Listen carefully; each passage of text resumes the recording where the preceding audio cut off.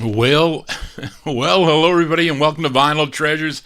I'm your host, Johnny G. John Galindo, coming to you live each and every Wednesday, only here on YouTube, also live on Oldies and More Radio. I want to welcome you to the October 16th, 2024 All 60s edition of the Vinyl Treasure Show. Got some cool Soul 45's out of my collection. We opened up, though, tonight with a request for listener Oldies fan in our YouTube chat room, a.k.a. Joseph Smith. It's the flip side of a song I'm sure many of you know, a song called Louie Louie, as a big hit for the Kingsmen. Of course, that record done by Richard Berry, originally back in, 1957, but they had a bigger hit, the Kingsmen, on One Records, Louie Louie. But that was the B-side. This group from Portland, Oregon, the song called Haunted Castle, appropriate for the Halloween season, I guess. So that's our Halloween tune of the night, a tune written by the drummer of the group. His name is Lynn Easton. This was originally released on the local Jordan label, was picked up by One Records, became the group's first of 18 for One Records, came out in October of 1963, and that one there, the Kingsmen, going out to Oldies fan Joseph Smith. In our YouTube chat room. That's Haunted Castle, and we want to wish a belated birthday wish to Joe. I think, Joe, you celebrated a birthday on Monday. I didn't see it. My mother yelled at me. I don't see everything in the chat room from last Saturday night, but I'm sorry that I missed that, because we do want to acknowledge anyone that has a birthday. So please privately email me at vinyltreasures@aol.com. That's what you should do, because sometimes I don't see everything in the chat room. So anyway, but there you go. That is our Halloween tune of the night. Let's open up here with the vocal portion. This group from St. Louis, Missouri, they are Bob Cuban and the Inmen, and it's their first of 6 for the Musicland USA label. This charted number 15. I like this record a lot. Charted number 15 on Cashbox, number 12 on Billboard. A big number 1 record if you were tuned into KXOK in St. Louis, Missouri. It features Walter Scott on lead. This released in December 1965. Bob Cuban and the Inmen. The song is called The Cheater.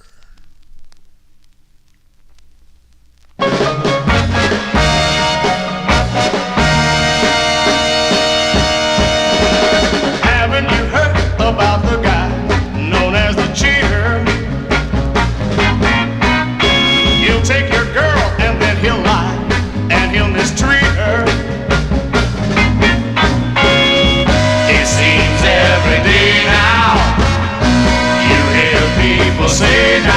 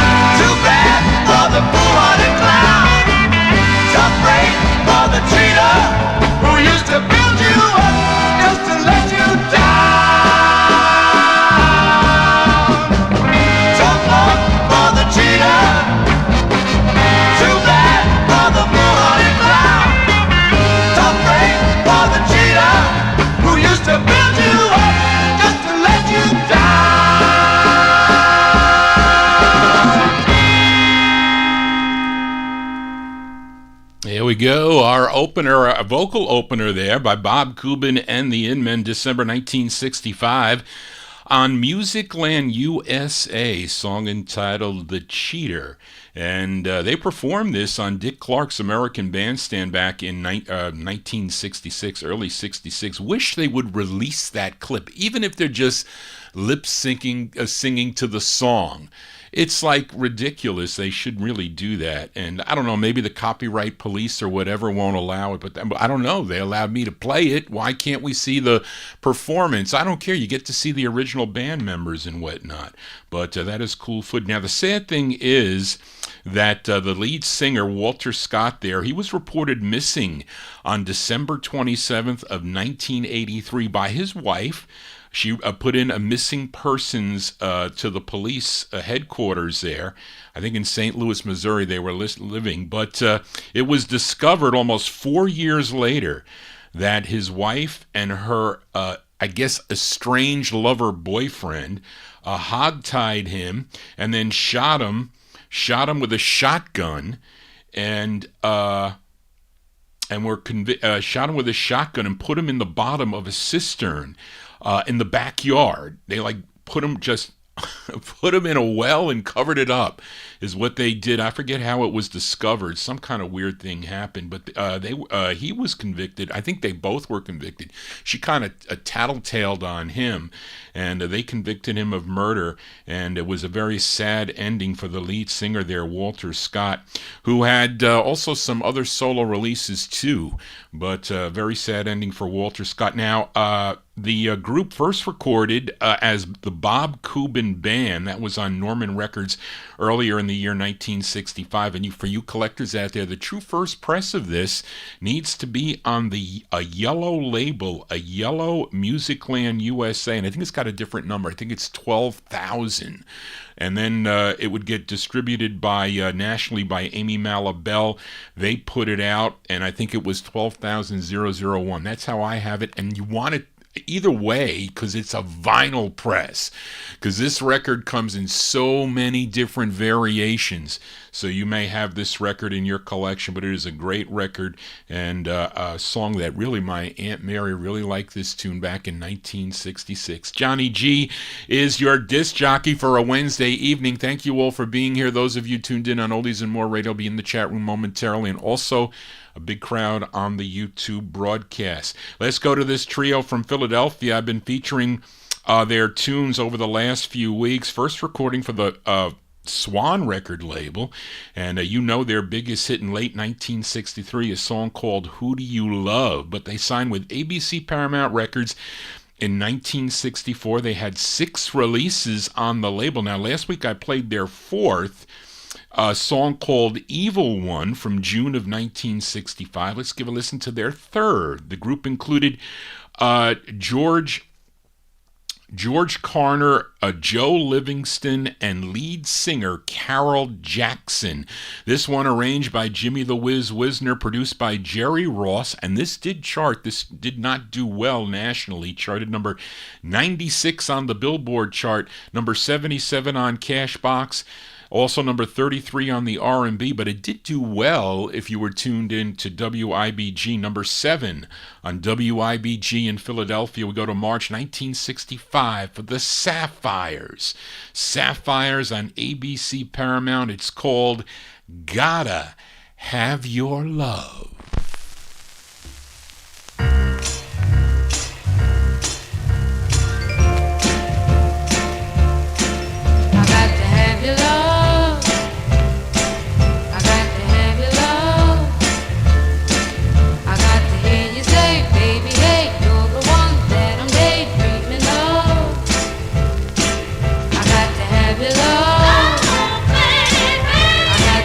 Love.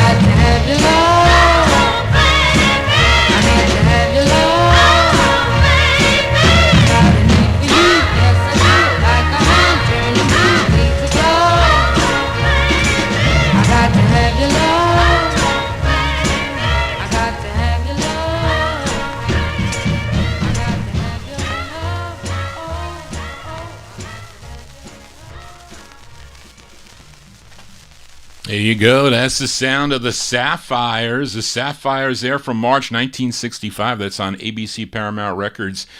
And that's Carol Jackson on lead. Got to Have Your Love is the name of the tune. Got to have these 45s as we continue here on the All 60s edition.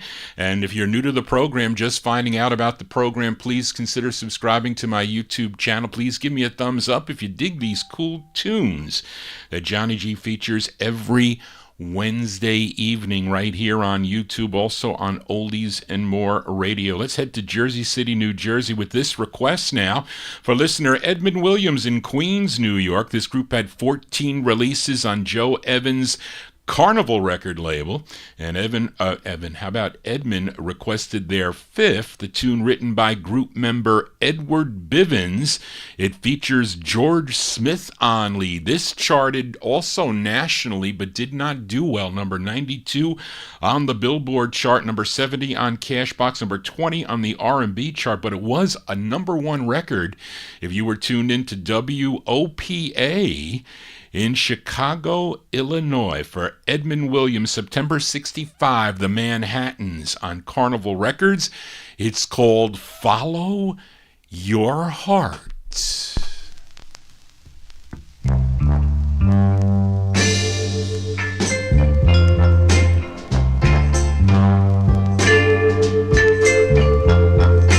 What should he do? It's a puzzling thing. Ooh, what should I do? I really wanna know. Somebody's got to get up and tell me, yeah. I really it's a puzzling thing. What should he do? My mind tells me to forget her. My heart says love true, yeah. What should he do? Which one should I rely on? Somebody's got to get up and tell me what should I do? I really got to know. Follow your heart. Somebody, please tell me. I really want to know. Hey, somebody's got to get up and tell me. She treats me sweet sometimes, yeah. Think she treats me so untrue. Which one should I rely on? Somebody come on, tell me what should I do? I really got to know. Hey, I asked my mother and my father and my sister and my brother. Somebody's got to tell me, yeah. I really wanna know. I really got to know. Mother said it's hard to make a decision, but love is a part of life. Have faith in all you do, son.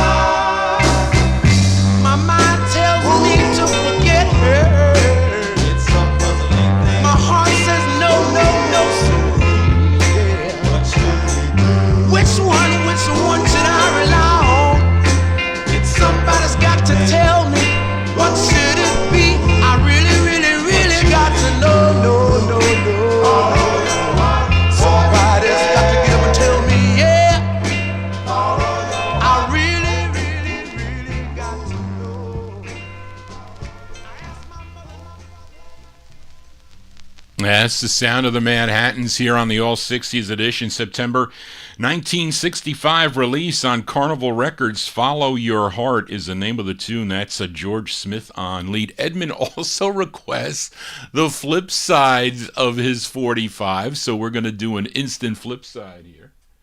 And I think it's a dance on the flip side. So There you go. I did that pretty quickly here. So let's flip that 45 over. Follow Your Heart was the A side, and this is the B side, a tune written by group member Winfred Lovett from September 65. The flip side of Follow Your Heart by the Manhattans on Carnival Records for Edmund Williams. It's called The Boston Monkey. Not good. Darn.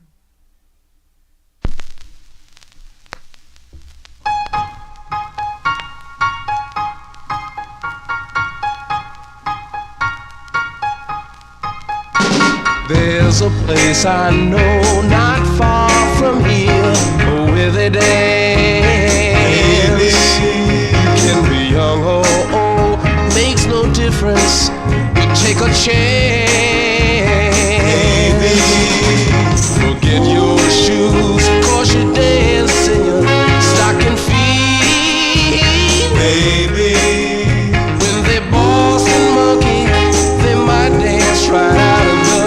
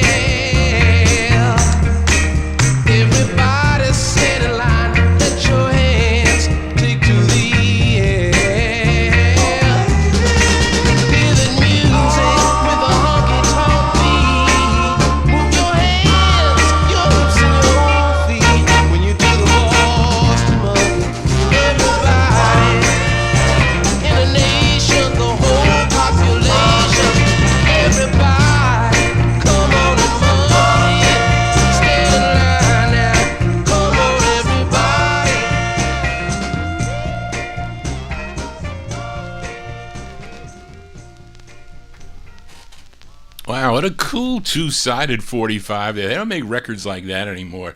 Kind of like a refreshing sound to hear the Manhattans have to say with all the terrible music of today. That's what I say. There you go. That's going out to Edmund Williams. September 65 released The Manhattans. That is the B-side of their fifth release on the Carnival label, The Boston Monkey. Prior to that, we heard the intended A-side called Follow Your Heart. And follow your heart to the music here every Wednesday right here on YouTube, also live on Oldies and More Radio. So thank you all for being here. Please consider subscribing to my YouTube channel. Let us continue here. Have a request for listener Marissa Fraser. If I said that right, Marissa. She is in our chat room now. She requested this cool tune by this trio. They were Calvin White, Andrea Holden, and Lonzine Wright. Lonzine Wright. Collectively, they were known as the Sand Pebbles. They would have 6 releases on Nate McCall's Calla record label. And you may know their biggest hit, a song called Love Power, which was their second release for the Calla label. But Marissa requested their debut single, a tune written by Teddy Van and also written by the lead singer of the group, Calvin White. This charted number 86 on Cashbox, 81 on Billboard, was number 10 on the R&B chart, and a big number 2 record if you were tuned into WABQ in Cleveland, Ohio. Let's go to May of 1967. This is for Marissa in our chat room. The Sand Pebbles on Calla Records. It's called Forget It.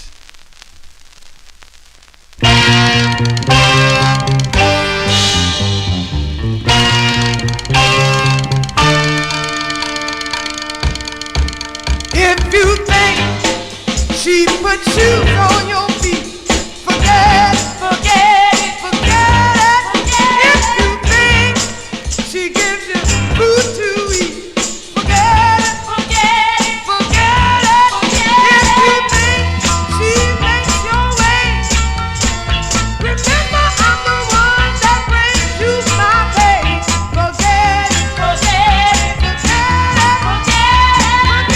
forget it,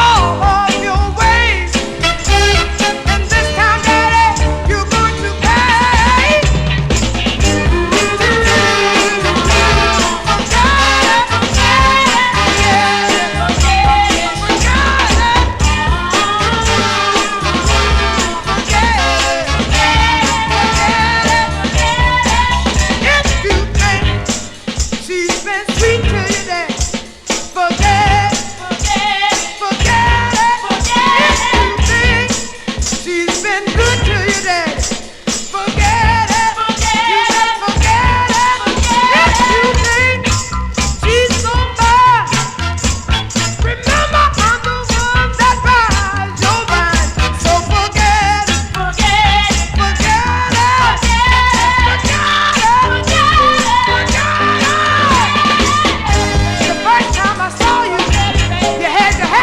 it.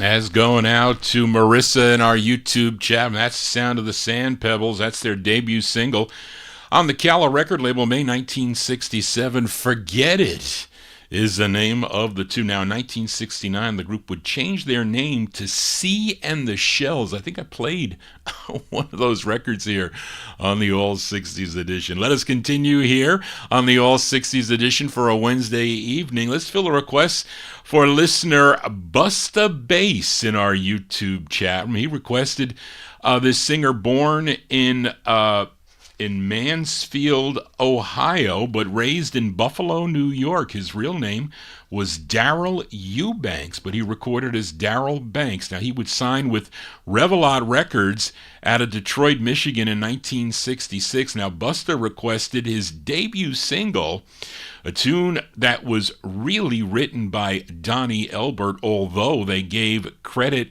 just to Banks on the 45, which was tied up in the courts for so long time. I think eventually Elbert did get credit, like 50% of the song, and he always argued that Banks only suggested they speed it up a little bit. But this record charted number 27 on Billboard, 24 on Cashbox, number 2 on the R&B chart, and a big number 1 record if you were tuned in to WJLB in Detroit, Michigan. This is the first of 2 on Revelot for Mr. Darrell Banks. Let's go to May of 1966. Darrell Banks on Revelot. It's called Open the Door to Your Heart. This is for Busta Bass.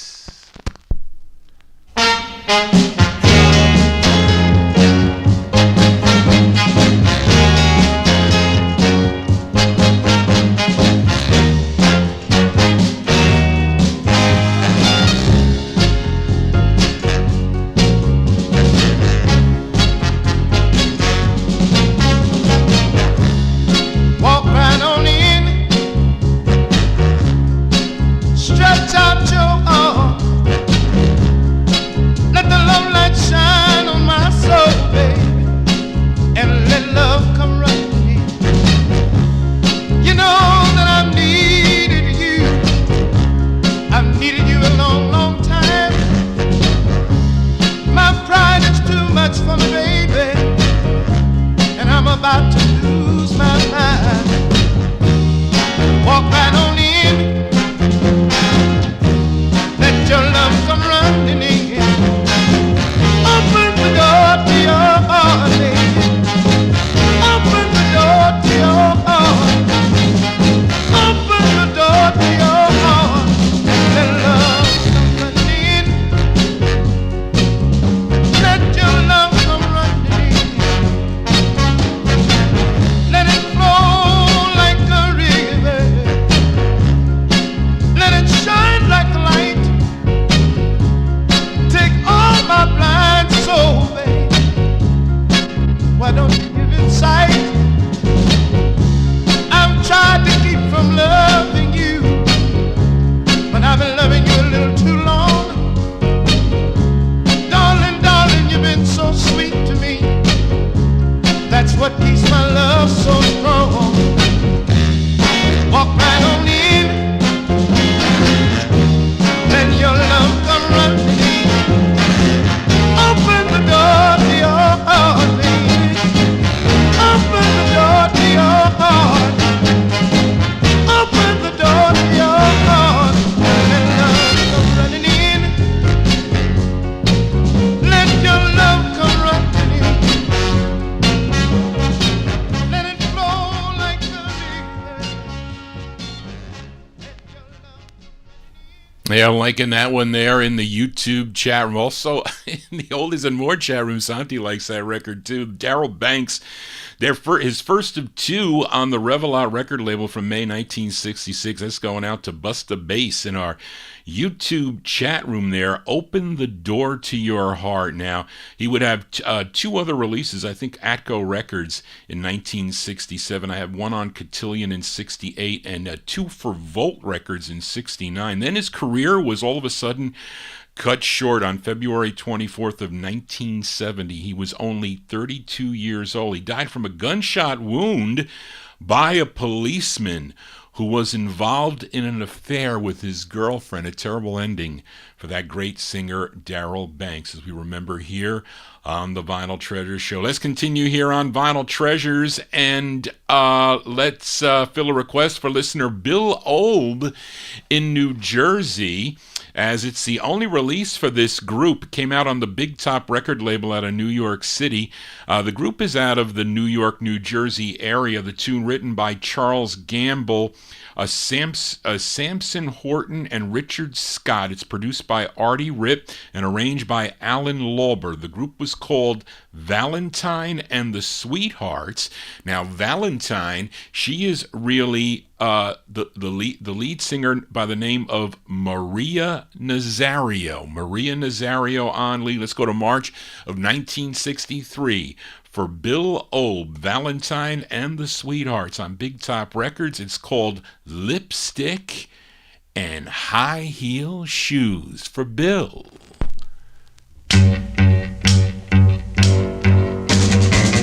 Lipstick and high heel shoes. Lipstick and high heel shoes. Lipstick and high heel shoes. Now, Papa, please don't refuse. Lipstick and high heel shoes. Yes, I'm at the age to choose. I'm almost grown up now. So, Papa, you just gotta allow. Let me have Lipstick and high heel shoes. Lipstick and high heel shoes.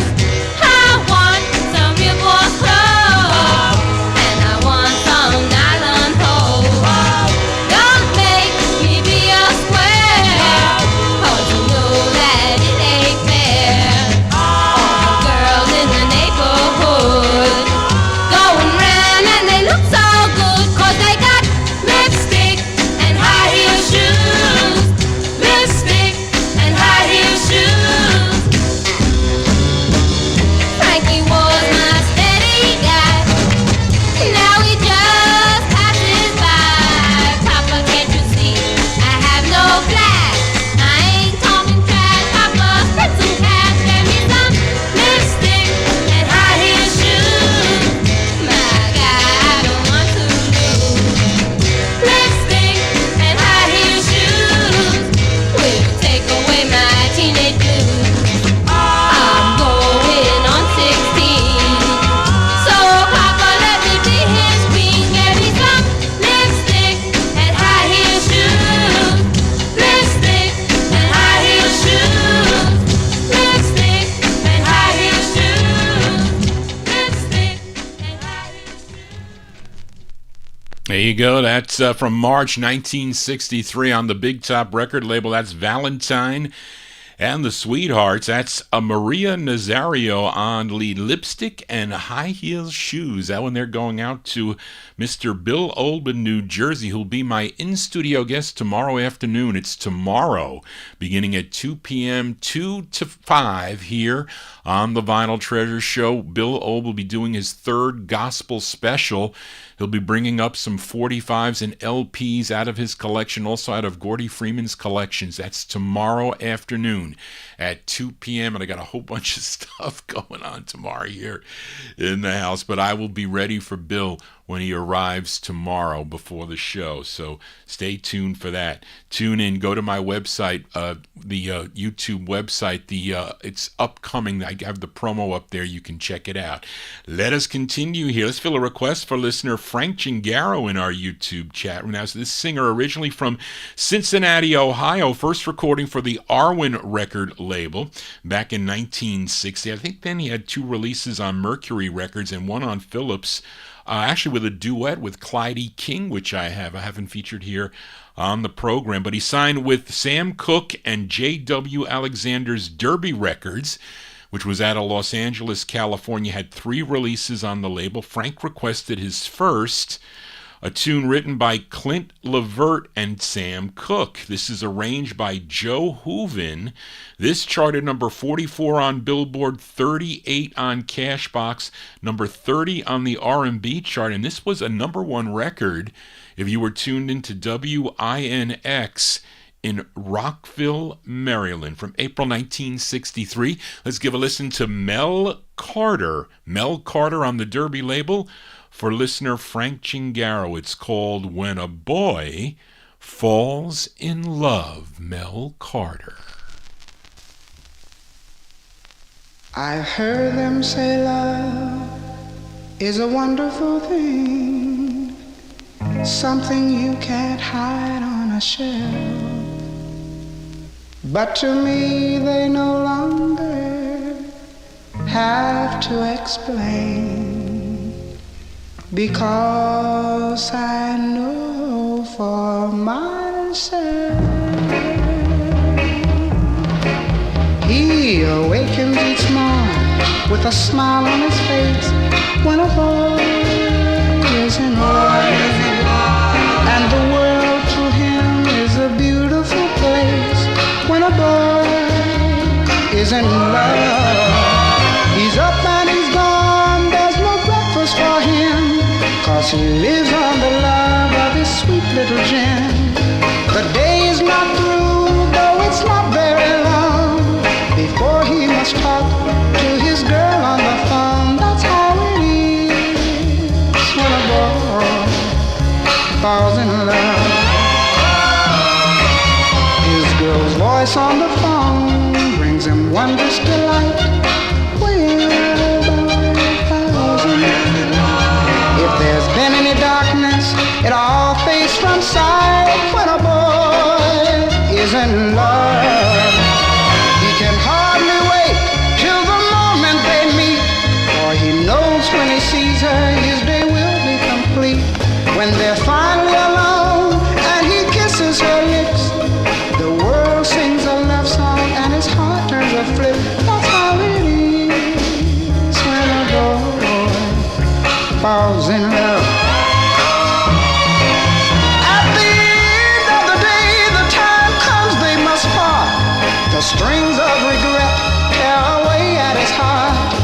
And late in the night, as he sleeps on his bed, visions of the sweet charms, how they dance through his head. And before you know, he's buying a ring to capture forever that sweet darling thing. That's how it is when a boy falls in love. Oh, that's how it is when a boy falls in love. Oh, that's how it is when a boy falls in love. Oh, that's how it is.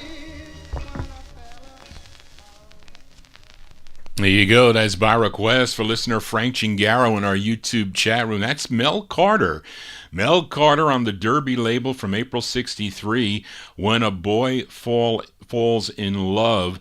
After the Derby single, I think he had a release on Peacock Records and others, of course, on Imperial and Liberty Records, and I think also on Bell Records, recorded in the late 1960s. And that one there, by request for Frank Chingaro. I was looking for a while for that record. It was filed all along in a whole nother place in the house. And I eventually found it. Of course, Frank Chingaro, he is one of the co-hosts of the Rhythm and Blues Serenade, which airs on Sunday afternoons, we're going to say from 3 to 6 p.m. 3 to 6 p.m. on Radio Hofstra. That's WRHU FM 88.7, and also streaming live on WRHU.org. It is a Frank Chingaro and Gordon Skagberg. They play 1950s and early 60s vocal group harmony records. You'll hear the same things that I play on Saturday evenings. So tune in to the Rhythm and Blues Serenade with Frank and Gordon. Let us continue here. And, the Darrell Banks record. He wants to hear the flip. Okay, I can go back and play the flip. We'll do that. But let's continue here. Stay in 1963. Fill a request for listener Warren Russell in our YouTube chat. Now, he requested Gene Chandler. So many great releases by Gene Chandler on multiple labels. First on VJ, you know, his biggest hit. And I don't know if I've ever played it here. I'm afraid of the copyright police. I probably could. Duke of Earl. That was in 1962. But after VJ Records, he signed with Ewart Abner's Constellation record label. I think he was kind of like kicked out of VJ and started this Constellation label with a bunch of other people too. And Gene had 17 releases on Constellation through 1966. Now, Warren requested his first release on Constellation, tune written by Dee Irvin and Freddie Scott and Helen Miller. It was produced by Bill Shepard, arranged by Tico Wilshire. There's that name. September 1963. This is by request for Warren Russell in our YouTube chat room. Gene Chandler on Constellation. It's called From Day to Day.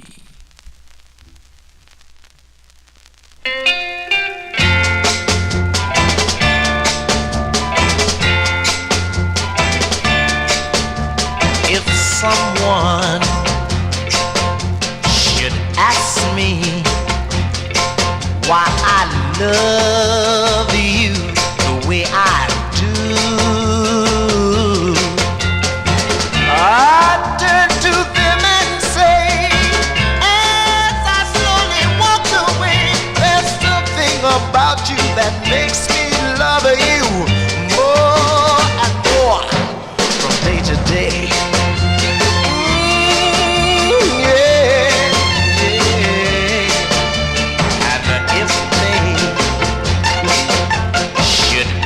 me why I think your love is true, I turn to them and smile. Oh, I'd even stay a while just to make sure they know what makes me love you more and more from day to day. When I had nothing left, you stood by me. You gave me love instead of sympathy.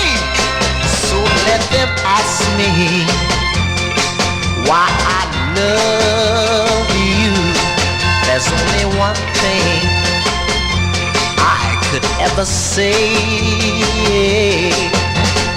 As sure as there's night and day, we've got a love that's here to stay, and it's gonna grow stronger.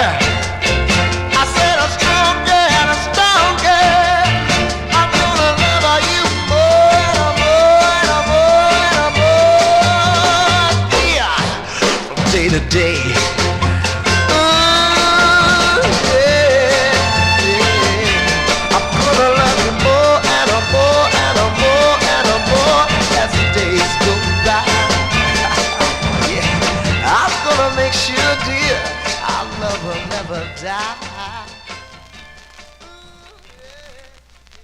As by request for Warren Russell in our YouTube chat, that's the sound of Gene Chandler. That's his first release on the Constellation record label from September 1963. From Day to Day is the name of the tune. That's a cool tune. I've never played that here on the program, although it was in my collection for a long, long time. Let's go backtrack a little bit here.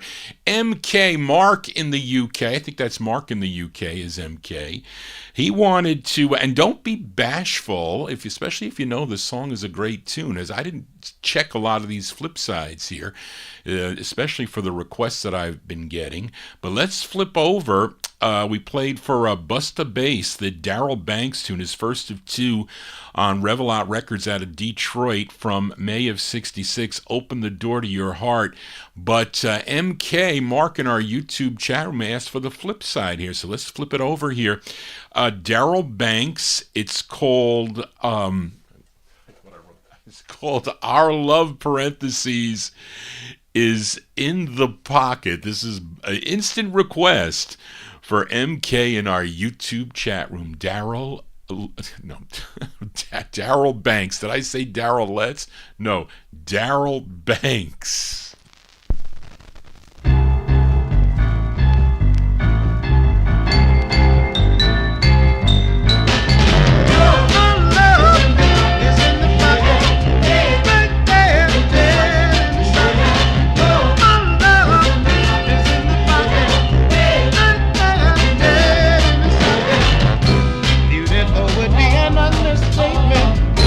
To describe this love we share, but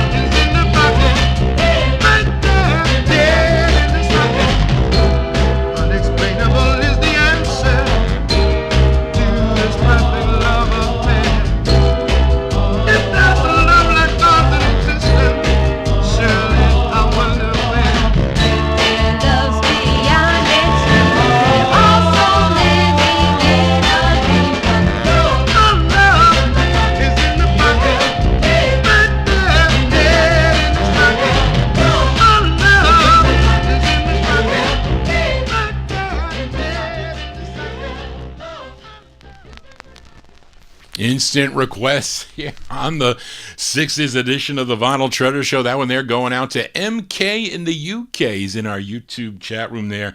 That is the B-side to Open the Door to Your Heart. That's Darrell Banks. Darrell Banks with a song entitled, I wrote it down here, Our Love, parentheses, is in the Pocket, is the name of the tune. Let's continue here on Vinyl Treasures, and let's fill a request for listener Adrian Viterbo in our YouTube chat room as we go to Chicago, Illinois for the Artistics. Now, Carl Davis, who was the A&R director for OK Records, heard the group and brought them over to the OK record label. They began doing some backing vocals for Major Lance, of course, a big recording star for the OK record label, but it led to the group having their own releases for OK Records. Now, Adrian requested their debut single, and this one arranged and produced by Carl Davis. It features Robert Dubine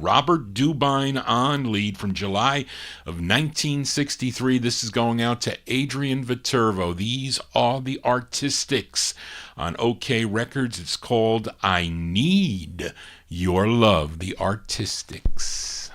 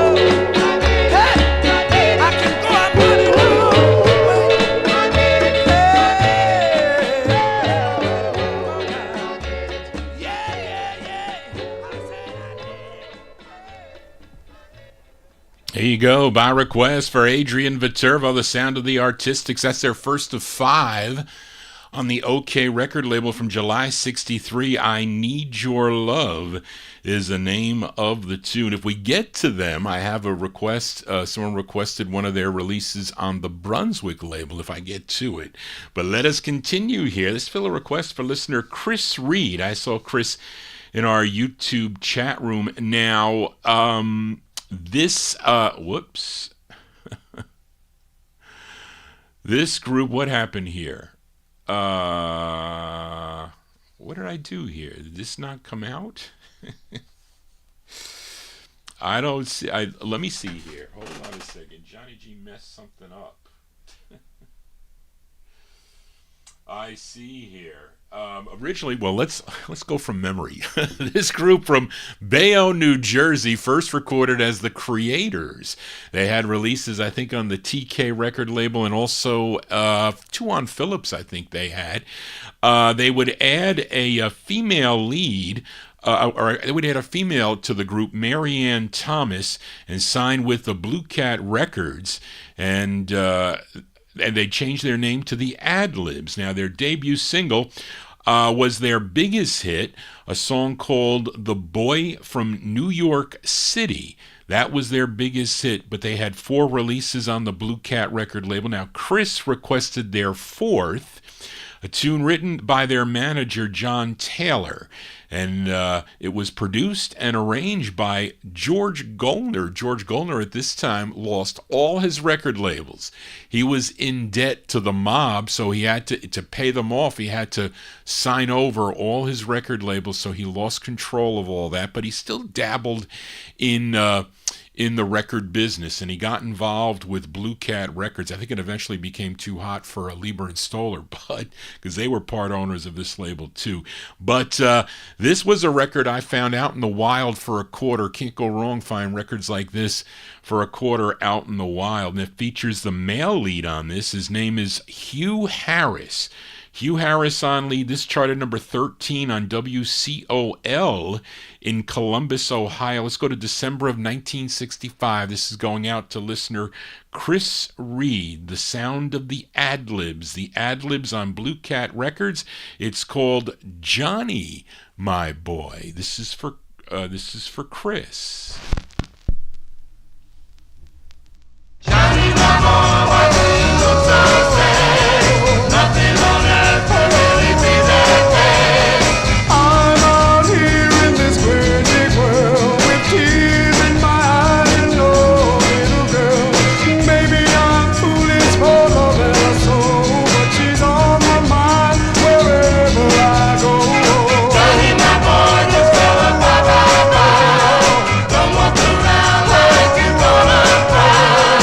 I'm so blue all alone by myself, just thinking of her with somebody else.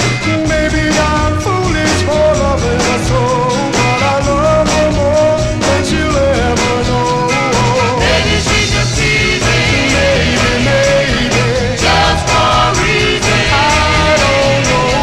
To see if you can take me, maybe. So don't be a fool, just play it real cool. Johnny, my boy, you know we're on your side. Don't ever lose your one and only pride.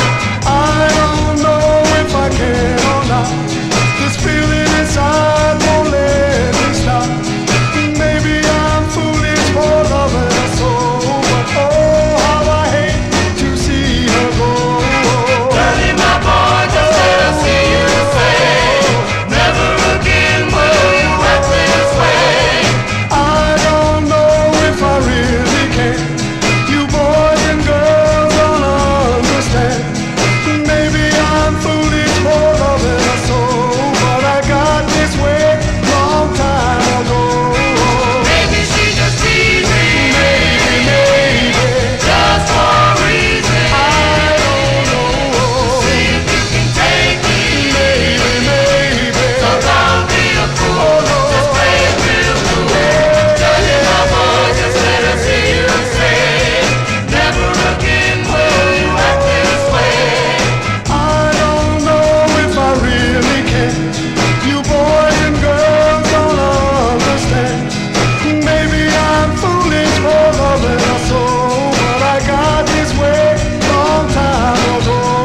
He said, he said, he said, he said, he said, he said, he said, he said, he said, he said, he said, he said, he said, he said. There you go. That's going out to Chris Reed. Chris Reed there requested the Ad-Libs, December 1965. That's their 4th release on the Blue Cat record label. Johnny, My Boy is the name of the tune. Now I know what happened here. So when Charlene sent me the file, she sent me a file, a blank file. And so what I did today is that she did all the write-ups. She sent them to me because I finished actually pretty early. So I rewrote a lot of the information that she sent.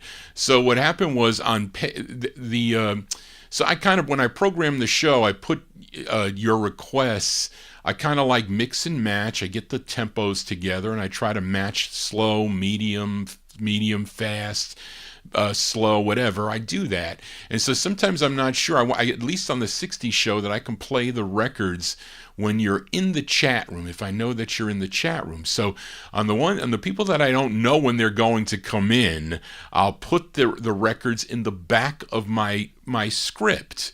So on the last page that Charlene sent me, the print was all screwed up. It didn't come out correctly. So what I did is I had to copy the page.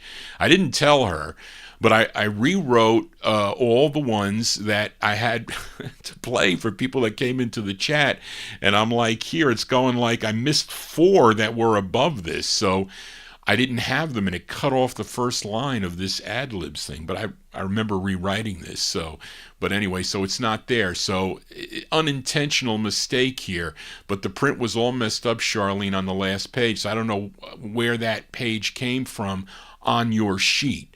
So I sent you the one that you got now. It should work. So, but anyway, you'll see that it starts off not correctly. I'm missing a bunch of records. But anyway, let us continue here on the Vinyl Treasure Show. And let's go back to Detroit now for this girl group. They were discovered by Sam Gooden and Fred Cash. They were members of the Impressions, and they introduced this group to fellow group member and songwriter and producer Curtis Mayfield, who was working, I think they were working at the time for ABC Paramount Records. And Curtis Mayfield agreed to write and produce their releases.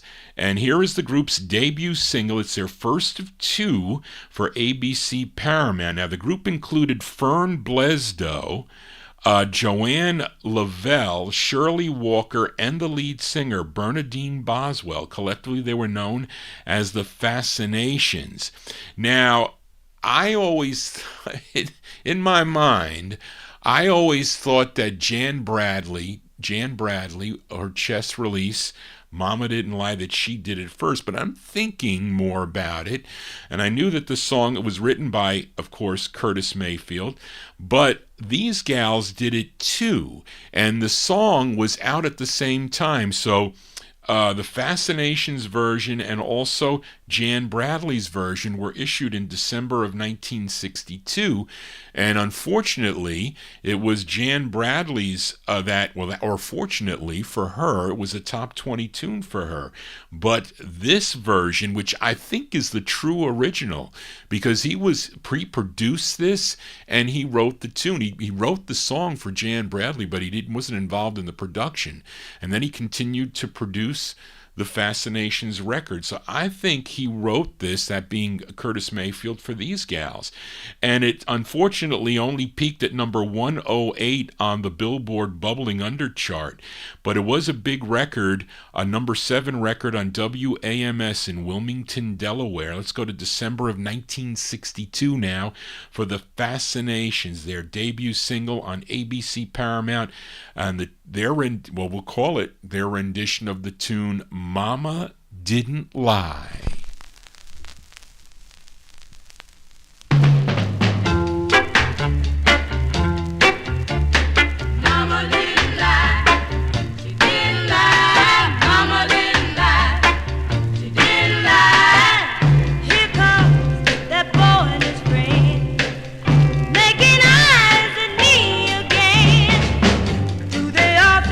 I'm a toy to be played with by every boy.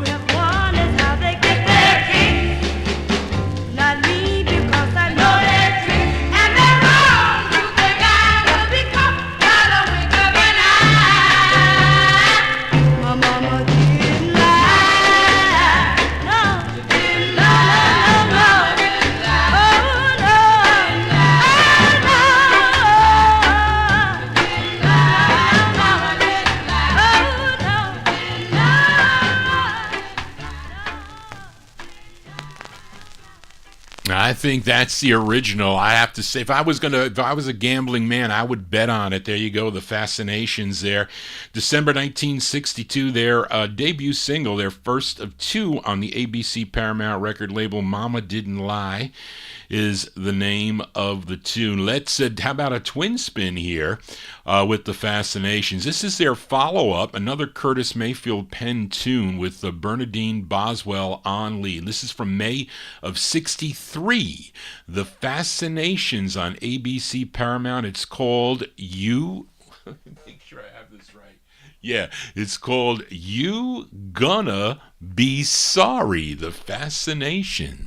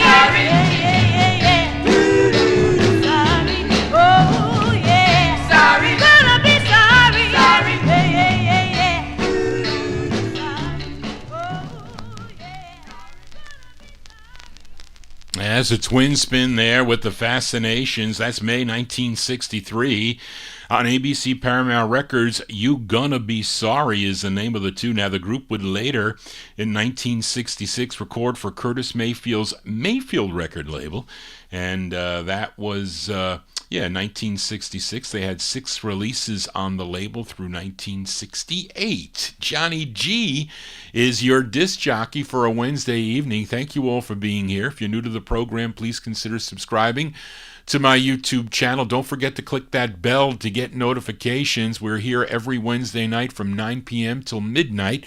We'll do a little bit of overtime. I'll be back tomorrow afternoon with my in-studio guest, Bill Olb, with his third gospel special, 45's and LPs from Gordy Freeman and Bill's collection. So stay tuned for that. Got some soul gospel also.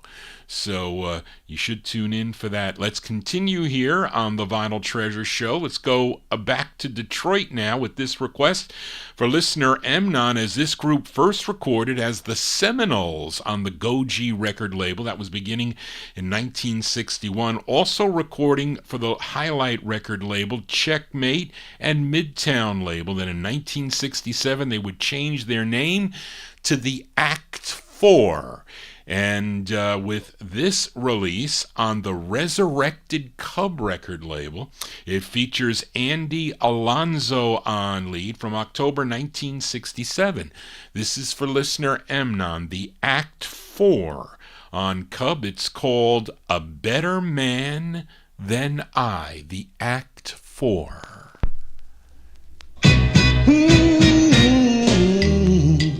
I've done all I can to keep you by my side. I've even told you that someday, baby, you be my bride. Oh, and if you got another man, let him have you. That's okay, baby, that's alright. 'Cause this man is a better man than I. And all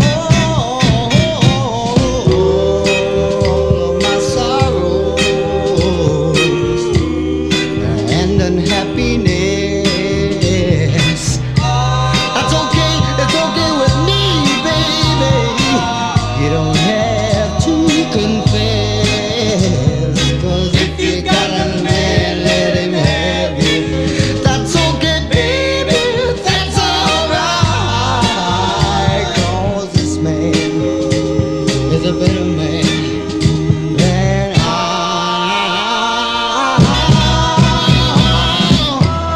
And if you're gonna leave me, baby, don't you say goodbye, no, no, no, no, no. Just walk out the door, darling. I don't want you to see me cry. 'Cause if you got another man, let him have you.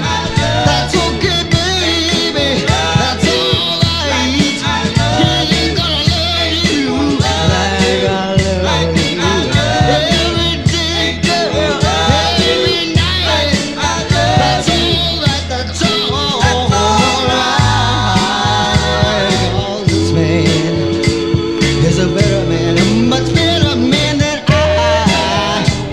Hey, hey, if you're gonna leave me, baby, I said, if you're gonna leave me, baby, I said, I know I'm gonna cry, gonna cry, gonna cry, gonna cry, gonna cry.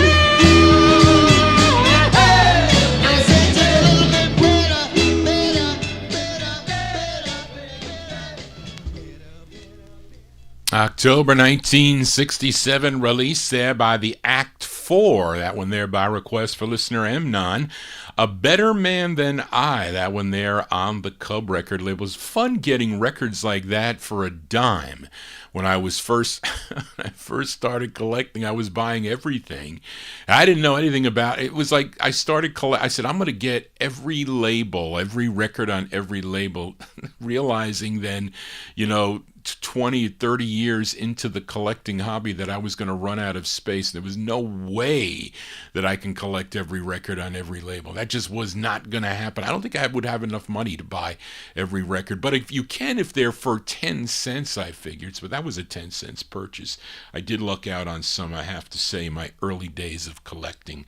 But let us continue here on the All 60s edition. Let's fill a request for listener Harry Riles in our YouTube chat. He wanted this girl group out of Washington, D.C. They first recorded as the Impalas on the Checker record label back in 1961. That's a hard record. I didn't pay 10 cents for that, I can tell you that much. But in 1963, they would change their name to the Four Jewels, with releases on the Start label. And their final release on Start Records was called Loaded with Goodies. That would get picked up by Checker Records. Then in 1964, they had a release on the Tech label. They followed it up with this release on the Dimension label out of New York City.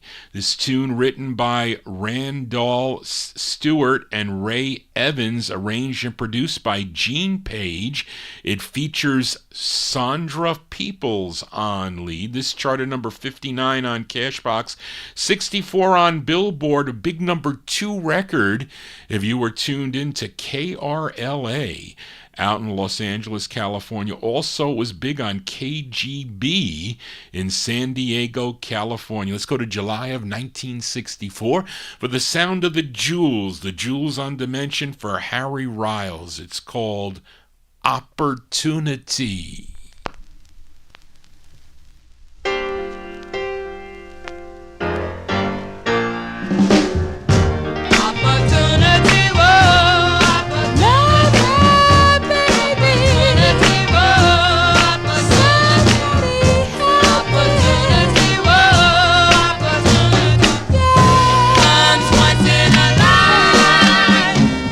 I wanna tell a story about a friend I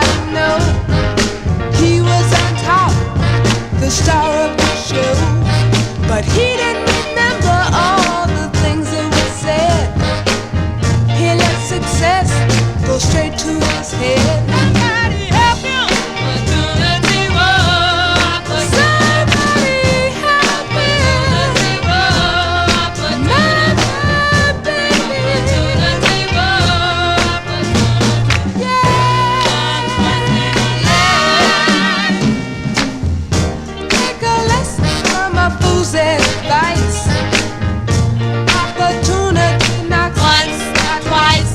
They say opportunity is like a Valentine. It keeps on rolling, he'll pass you by.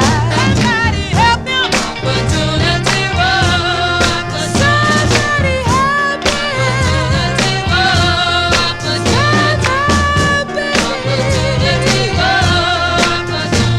Yeah. Once in a life. He runs all day in the rise of sun. He don't come home until the night is done. Oh, the fool don't know he has so much fun. But for him, the future is done. Yeah, yeah, yeah, yeah, yeah, yeah, yeah. Opportunity was. Somebody help him. Opportunity was. Opportunity was. Somebody help him. Opportunity was. It's my mama, baby. Yeah.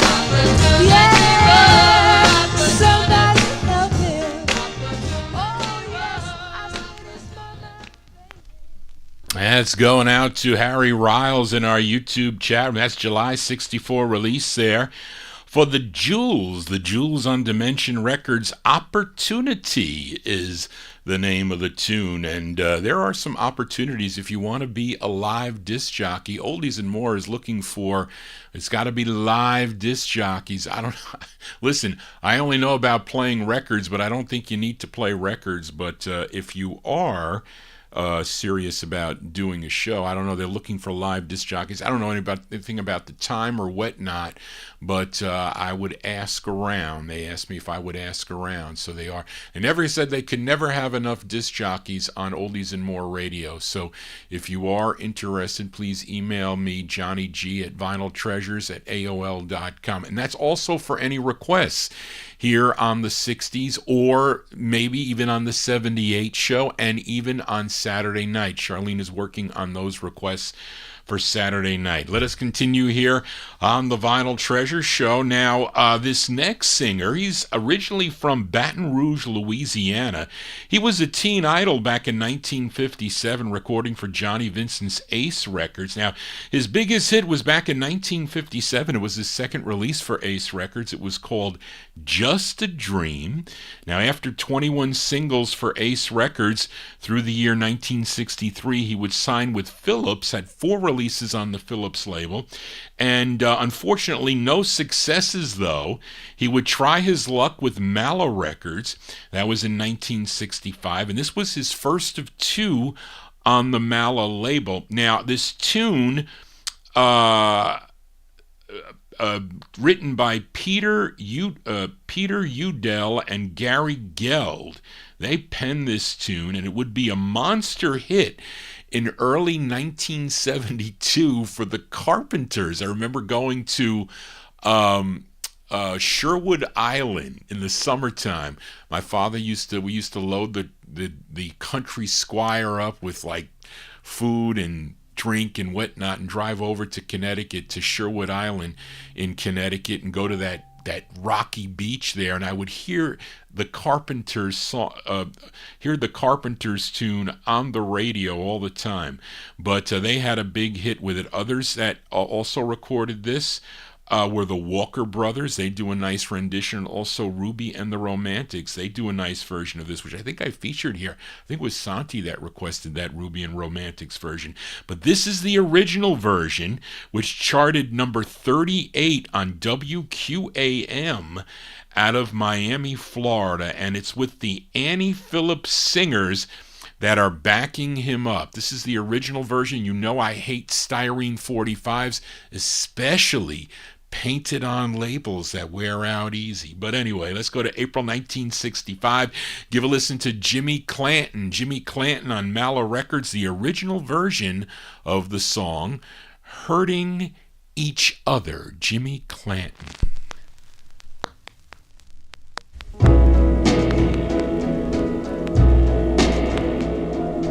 No one in the world ever had a love as sweet as my love. 'Cause nowhere in the world could there be a girl as true as you, girl. For all my love, I'd give gladly to you all your love. You give gladly to me. Tell me why then, oh why should it be that we go on hurting each other? We go on hurting each other, making each other cry, hurting each other without ever knowing why. Closer than the leaves on a weeping willow, baby, we are. And closer, dear, are we than the simple letters A and B are. All my life I could love only you all your life. You could love only me. Tell me why then, oh why should it be that we go on hurting each other? We go on hurting each other, making each other cry, hurting each other without ever knowing why. Can we stop hurting each other? Stop hurting each other, making each other cry, breaking each other's heart, tearing each other apart. Can we stop hurting each other? We gotta stop hurting each other, making each other cry, breaking each other's heart, and tearing each other apart. April 1965 there for Mr.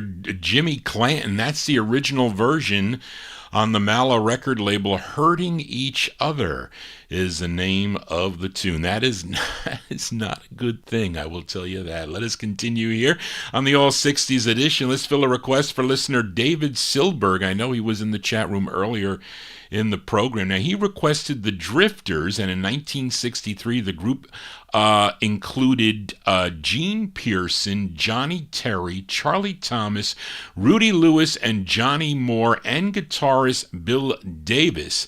And at this time, around late 62, 63, the group had alternating lead singers, and that was between Rudy Lewis and Johnny Moore. Now, David requested a B-side. Now, the A-side was called Rat Race, which featured Rudy Lewis on lead. This is the flip side. It features Johnny Moore on lead. It's a Jerry Lieber and Mike Stoller pen tune, and they also produced it. It's arranged and conducted by Gary Sherman. This bubbled under on the Billboard chart at number 101, but was a big number 2 record on WOOK in Washington, D.C. Let's go to May of 1963 for the sound of the Drifters. Johnny Moore and the Drifters on Atlantic Records. It's called If You Don't Come Back. The Drifters for David Silberg.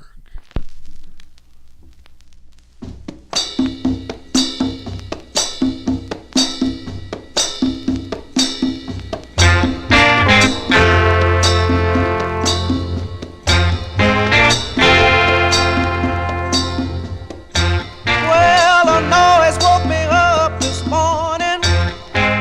I looked through the veneer.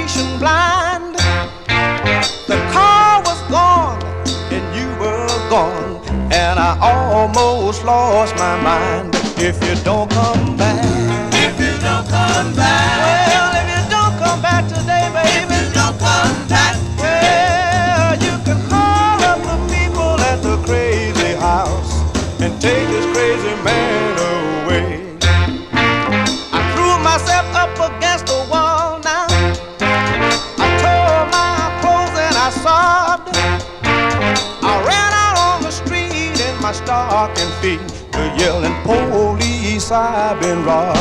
If you don't come back, if you don't come back, oh, if you don't come back today, baby, if you don't come back, yeah, you can call up the people at the crazy house and take this crazy man away. Mrs. Brown been talking about me to the people way across the street. She said I cooked that boy now a bucket of stew, but the poor thing just won't eat. If you don't come back, if you don't come back, oh, if you don't come back today, baby, if you don't come back, yeah, you can call up the people at the crazy house and take this crazy man away. But the doctor came up to see me, checked me with the fine-tooth comb. He said, you ain't sick, but you're gonna die if you don't get your baby back home. If you don't come back, if you don't come back, if you don't come back today, baby, if you don't come back, yeah, you can call up the people at the crazy house and take this crazy man away. If you don't come back, if you don't come back, if you don't come back today, baby, if you don't come back to me. There you go. That's going out to David Silberg. That's the sound of the Drifters. So I take it that's the sound of the Drifters. Wait, let me get May 63. That's Johnny Moore on lead with the Drifters on Atlantic Records. If you don't come back, that one they're going out to David Silberg and Malcolm in our YouTube chat. I guess you're requesting the flip side here, so I'll put that on. Let me play this tune first, though, as this is a girl group out of Richmond, Virginia. This is on Charles E. Scott's Attack label. Couldn't really find a date on this. I'm guessing this is about, 64 maybe late 63, 64, I think so. But you can be the judge. The song written and produced by the label owner, Charles E. Scott.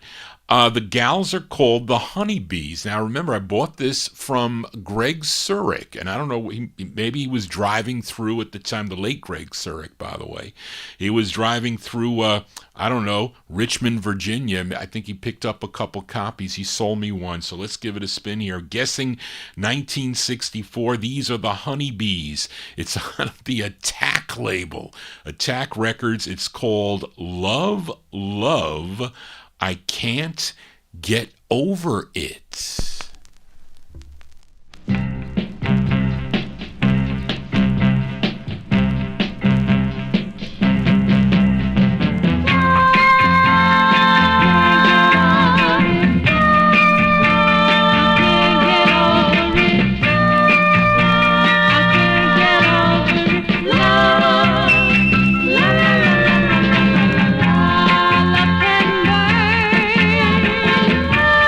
Like the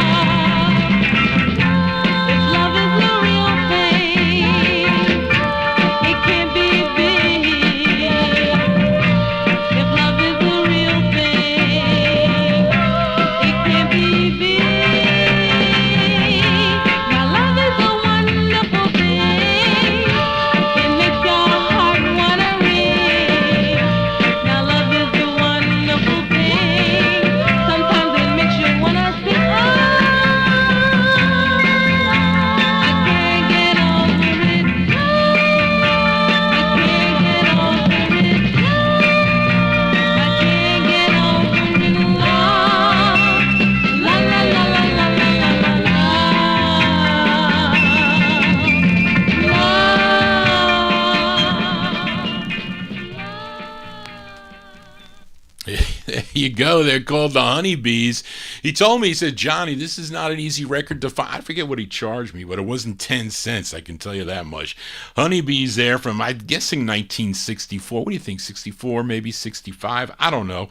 Honeybees on the Attack record label. Love, Love, I Can't Get Over It is the name of the tune. Let's backtrack a little bit. Let's go back to that Drifters tune. Played a request for David Silberg from May 63, the B-side of a Drifters tune. It was called If You Don't Come Back on Atlantic Records. It featured Johnny Moore on lead. Listener Malcolm Baumgart, if I said that name correctly, Malcolm, please, if I did not, please forgive me. He said that the flip side is a killer. So here we go. I take that as he wants to hear the flip side. And I hope Charlene is picking up all the requests.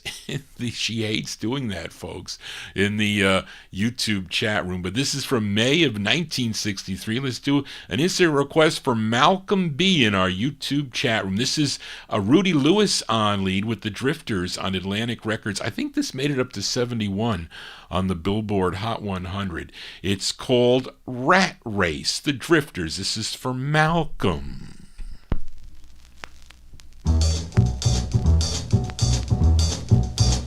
You know it's cruel out here in this rat race. There's just one rule. Out here in this rat race, out here in this jungle, you gotta fight for 9 to 5.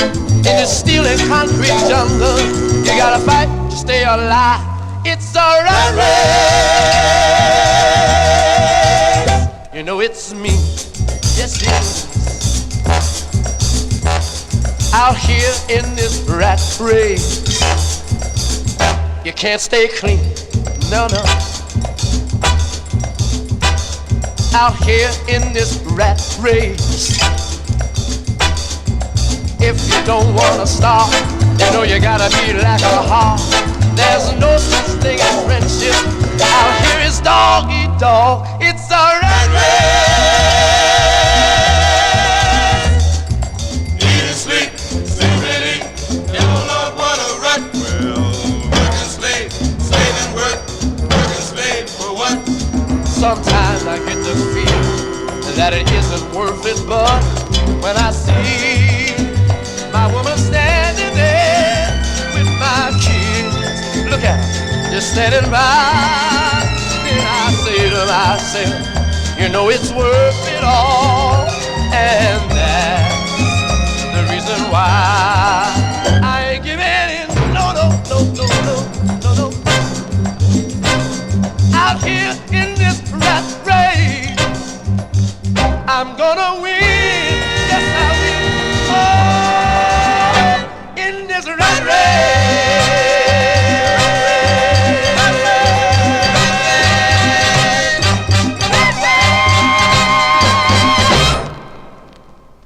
As Rudy Lewis and the Drifters there, that's the intended A-side there from May 63. That's going out to Malcolm B. Rat Race is the name of the tune. It definitely is a rat race nowadays here. Johnny G is your disc jockey for a Wednesday evening right here on YouTube, also live on Oldies and More. If you're new to the program, please consider subscribing to my YouTube channel. Tell your friends about it.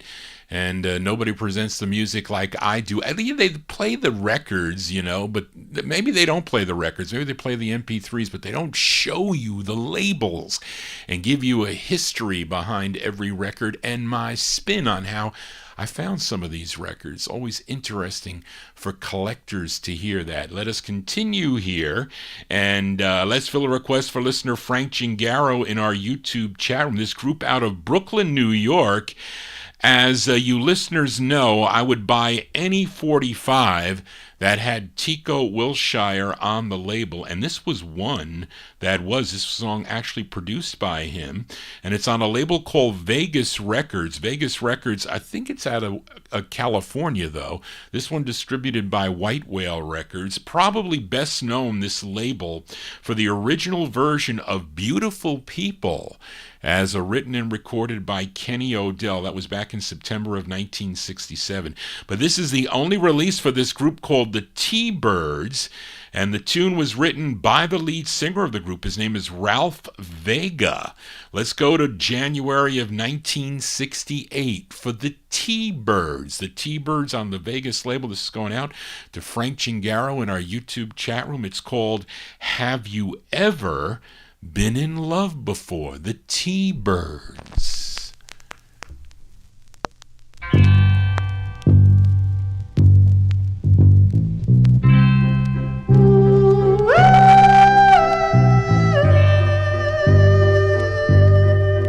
Have you ever been in love before with someone you can call your own? Yes, it's a great feeling. Oh, I know, for I'm in love. Oh, I'm in love. Have you kissed? Oh, tenderly before, and had you, baby, need you for more? Well, I have. Oh, yes, I have. For I'm in love. I'm in love. Darling, you know how much I love you. I've always loved you from the very start. I'm begging you, darling, please kiss me. Hold me tight and say we'd never ever part. Our future is planned now, and nothing could ever break this lovely romance. Tell me how much do you love me? Have you kissed? Oh, tenderly before. Take my advice. When love comes knocking at the door, give her all the love you have, and she'll return it in the end. Oh, she will. Have you kissed? Darling, I love you so. I love you, I need you. Oh, I'm begging you, please kiss me, hold me tight. I want you, I love you, darling. Oh, I need you. Oh, I love you so. Oh, I need you. Oh, have you kissed? Oh, tenderly before, and that baby, oh, baby. January 68 release there for the T-Birds. The T-Birds, that's Ralph Vega on lead. That's by request for Frank Chingaro in our YouTube chat room. Have You Ever Been in Love Before is the name of the tune. That's on Vegas Records. I have to say yes, but it has waned. Yes, it has. Johnny G here on a Wednesday. Let's continue here. Let's fill a request for listener Warren Russell in our YouTube chat. We're now in 1966, Johnny Maestro and the Crests. They had 3 releases on the Philadelphia-based Parkway record label. Now, Warren requested their third, and this is the intended B-side of the 45, a tune written by Mark Marcan and Lionel Siegel. As we go to October of 1966 now for Johnny Maestro with the Crests. It says with the Crests? No. And the Crests. Not with the Crests, and the Crests. This is on Parkway Records. It's called Is it a question? No. Is It You? This is for Warren in our YouTube chat room.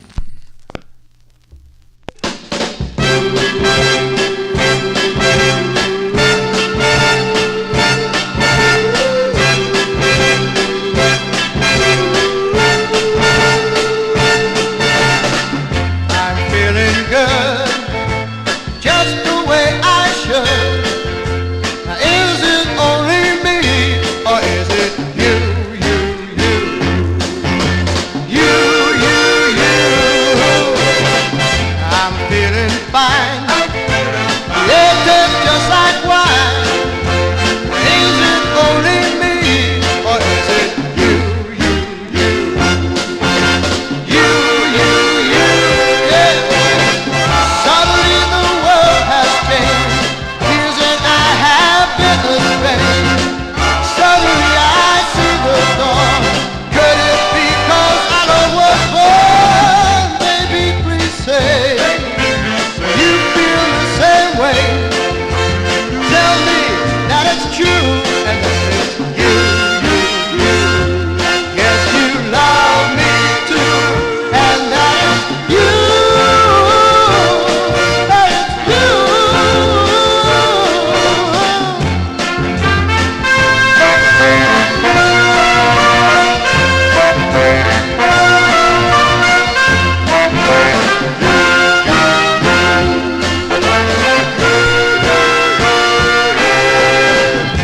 Baby, please say you feel the same way. Tell me that it's true and that it's you, you, you.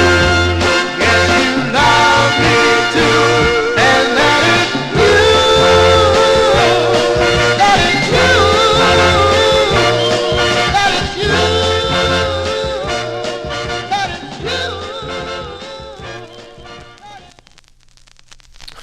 There you go. That's Johnny Maestro. Johnny Maestro and the Crests there. That's on, I lost my place here. That's on the Parkway record label. That's his third release on the Parkway label from October 1966. Is It You is the name of the tune. That one there by request for listener Warren Russell. Let us continue here. Let's give a listen to this gal from Newark, New Jersey. She is the sister of Dee Warwick, started her solo career back in 1963 for the Jubilee record label. Her biggest hit, though, was in 1966 for Mercury. It was called I Want to Be With You. But she has recorded some excellent sides for both Mercury Records and other labels too. Here's one she did on Kenneth Hurd's Hurd Records out of Utica, New York. This tune written by Nick Rudd. He also produced it along with Bob Gallo. This is from May of 1966. Let's give a listen to Dee Dee Warwick. Dee Dee Warwick on the Hurd, H-U-R-D record label. And this has a little bit of an edge warp here. Let's hope it plays. It did on this turntable. I don't know about this one. The song is called I Can't Go Back. Dee Dee Warwick.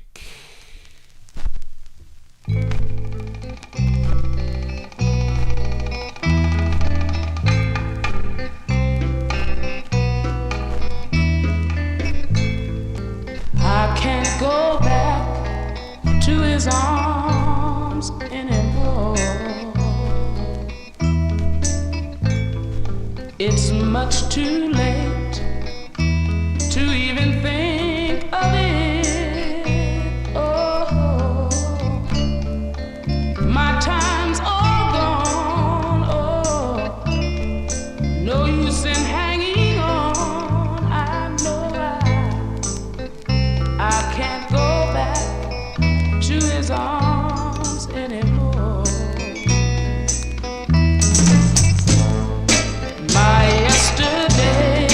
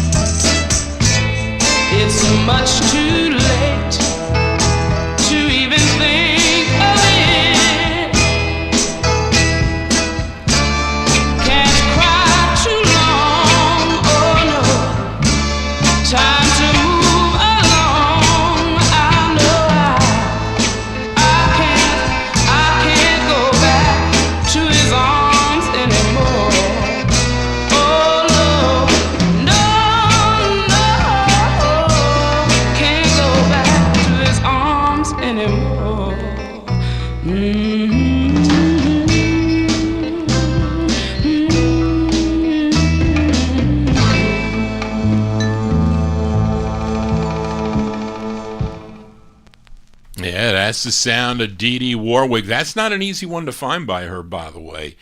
And I was kind of not happy when I had the edge warp on that, but it got through it. I didn't have to raise the weight on the tone arm there. But there you go.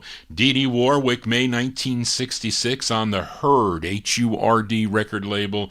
Out of, what did I say? That was out of Utica, New York. It's called I Can't Go Back is the name of the tune. I had a listener from Russia that used to be, she was a big Dee Dee Warwick fan. She's got a website on YouTube with all her records. I don't know how she got away with that. But lots of times my YouTube broadcast gets banned in Russia. And I don't know what it is, just a lot of the copyright stuff, it's blocked. But they can watch the live stream. And I can't control the commercials on the archives. I can't. I can only control it during the show. And I don't allow any commercials. Isn't that a good thing to do, folks? I don't allow the commercials. Let us continue here on the Vinyl Treasure shows. We go to this group originally from Harvey, Illinois. They were able to grow as the music changed, and they remained popular for many, many years. They started back in 1954 as the El Rays. Then, of course, they would change their names to the Dells. So many great recordings during their career. This was their 14th release, 14 of 29 on Leonard Chess's Cadet record label. Argo Records morphed into Cadet Records.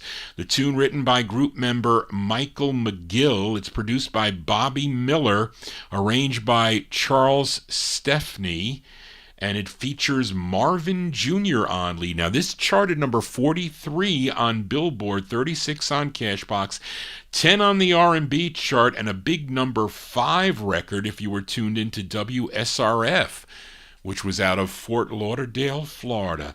Got a touch of the 70s here. January 1970 release for the Dells. The Dells on Cadet. It's called Oh, What a Day.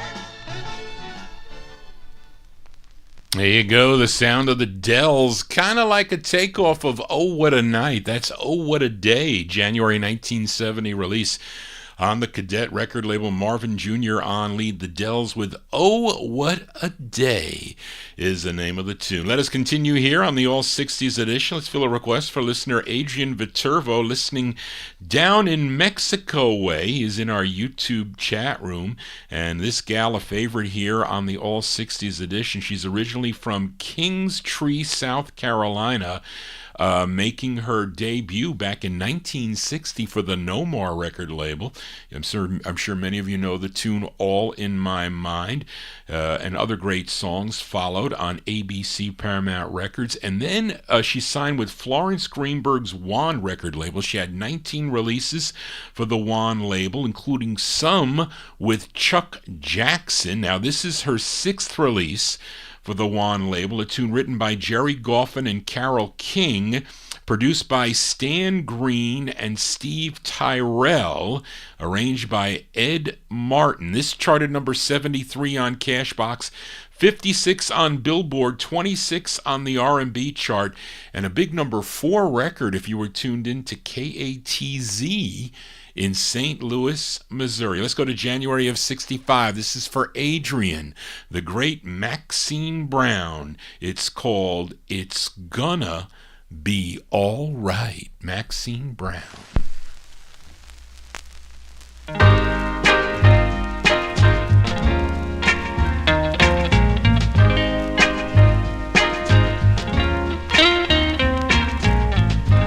I told you when I met you, I just couldn't give you the love you needed. I told you I still loved him, and you couldn't thrill me the way that he did. I said that he would always be the only man in the world for me, but baby, it's gonna be alright. I do believe now it's gonna be alright. The love you show has made it so easy to forget about him. You made me see I could live without him. When my heart was filled with sadness, soothing it was having you to go to. The tender love you offered was something that I just couldn't say no to. From just a spark, my love has grown, and now it begs for you alone. And I know it's gonna be alright, 'cause you're my man now. It's gonna be alright. You came and led me out of the darkness and into the light. And I know, baby, it's gonna be alright.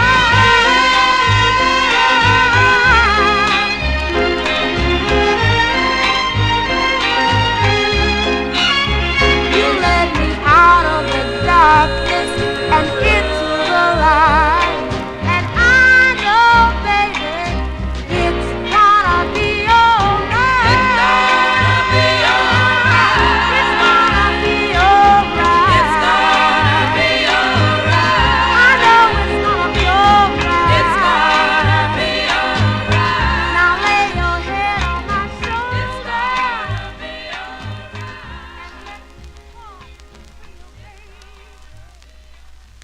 As Ms. Maxine Brown from January 65. That's by request for listener Adrian. It's called It's Gonna Be All Right. That one there on the Wand record label. Let's continue here on the All 60s edition. Let's fill a request for listener Emnon. This singer, originally from Omaha, Nebraska, began recording back in 1959 for the Marlin record label with his group called the Redcoats. He would also become a regular on Dick Clark's Where the Action Is, and he can sing all types of music. I mean, he can sound like he can do a Sinatra type tune. He can sing soul, pop, all types of styles. He really was very talented singer and songwriter too. And Emnon requested his biggest hit, his 7th of 10, for the Checker record label, a song written by Arthur Alexander, who would later record his own version of this back in 1975 on the Buddha record label. But this one charted number 45 on Billboard. 46 on Billboard, 45 on Cashbox, and a big number 3 record on KFXM if you were listening in San Bernardino, California. Let's go to November of 1962 for Steve Alaimo. Steve Alaimo on Checker Records. This is his hit. This is for Emnon. It's called Every Day I Have to Cry. Steve Alaimo.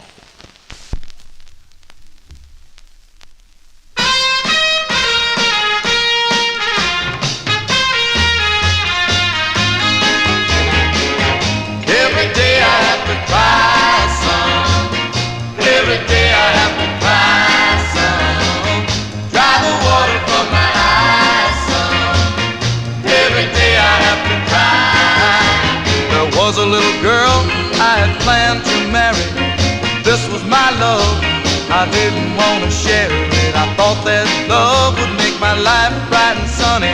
She said she couldn't love me 'cause I didn't have no money.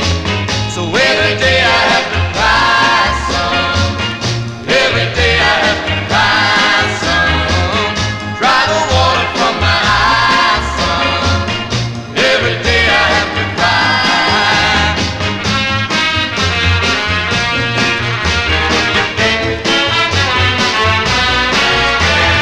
Had me a girl, yes I really loved her. Every night when I was making love. But you can't mix love with money, 'cause if you do, it's gonna hurt somebody. So every day I have to cry some. Every day I have to cry some. Dry the water from my eyes some. Every day I have to cry.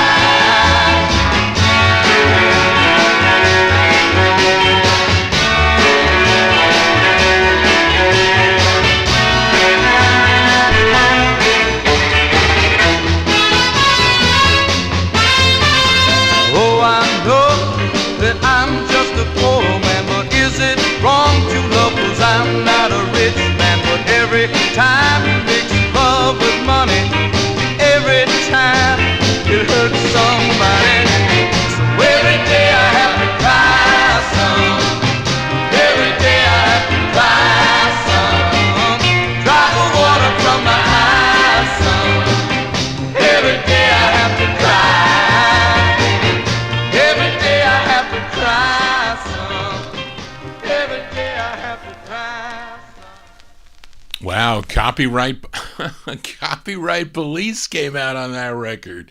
What really? I mean, sometimes with these hits, I check to make sure that sometimes, see, I don't know if they're in the U.S., see, because they got different rules for different countries.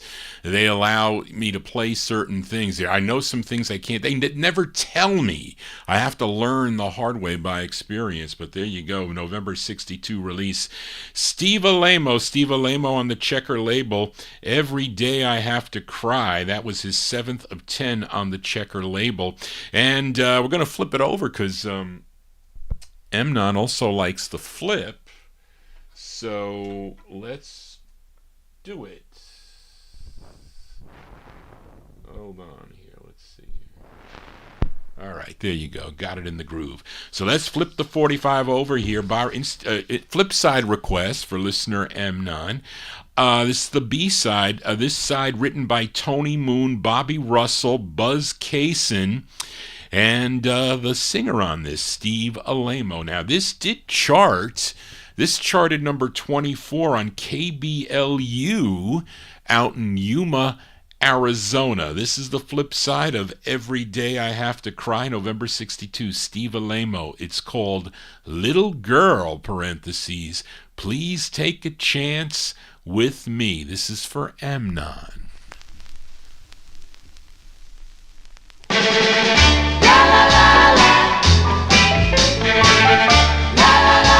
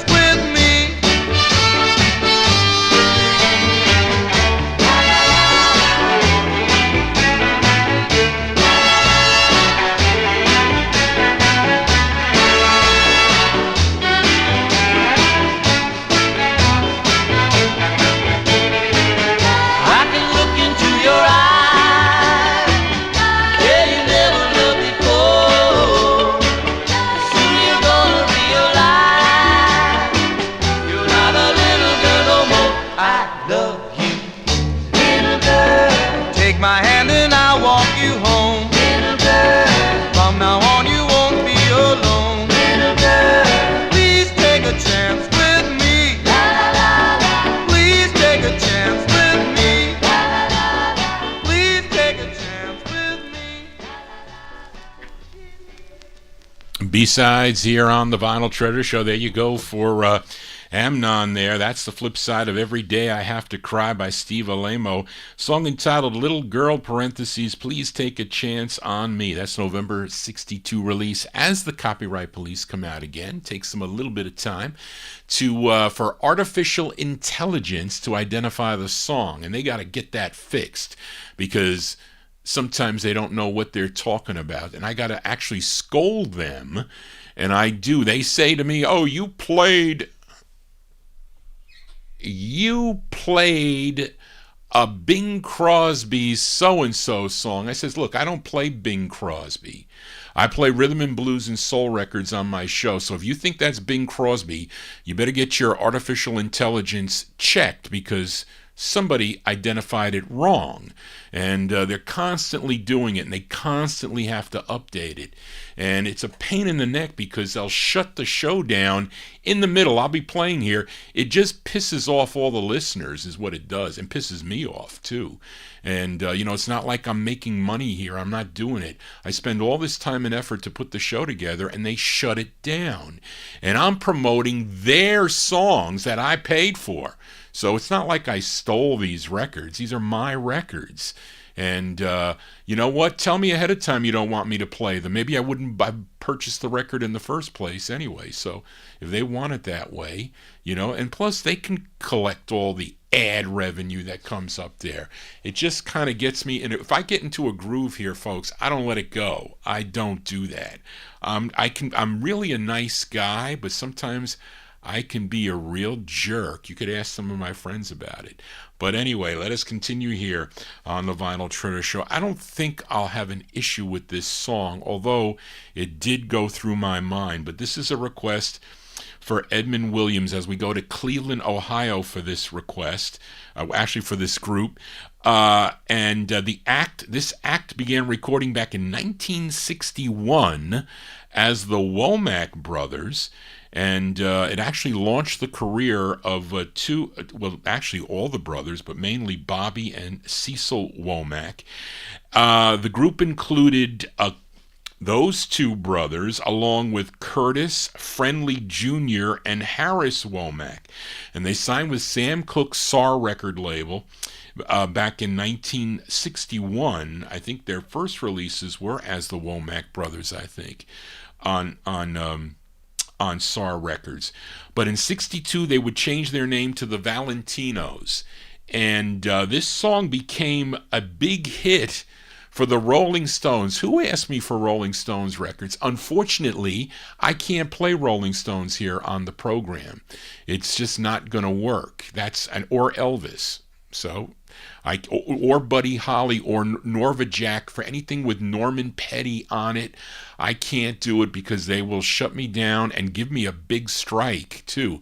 And if you get 3 strikes, you're shut down. And I got 723 videos up here that would get shut down.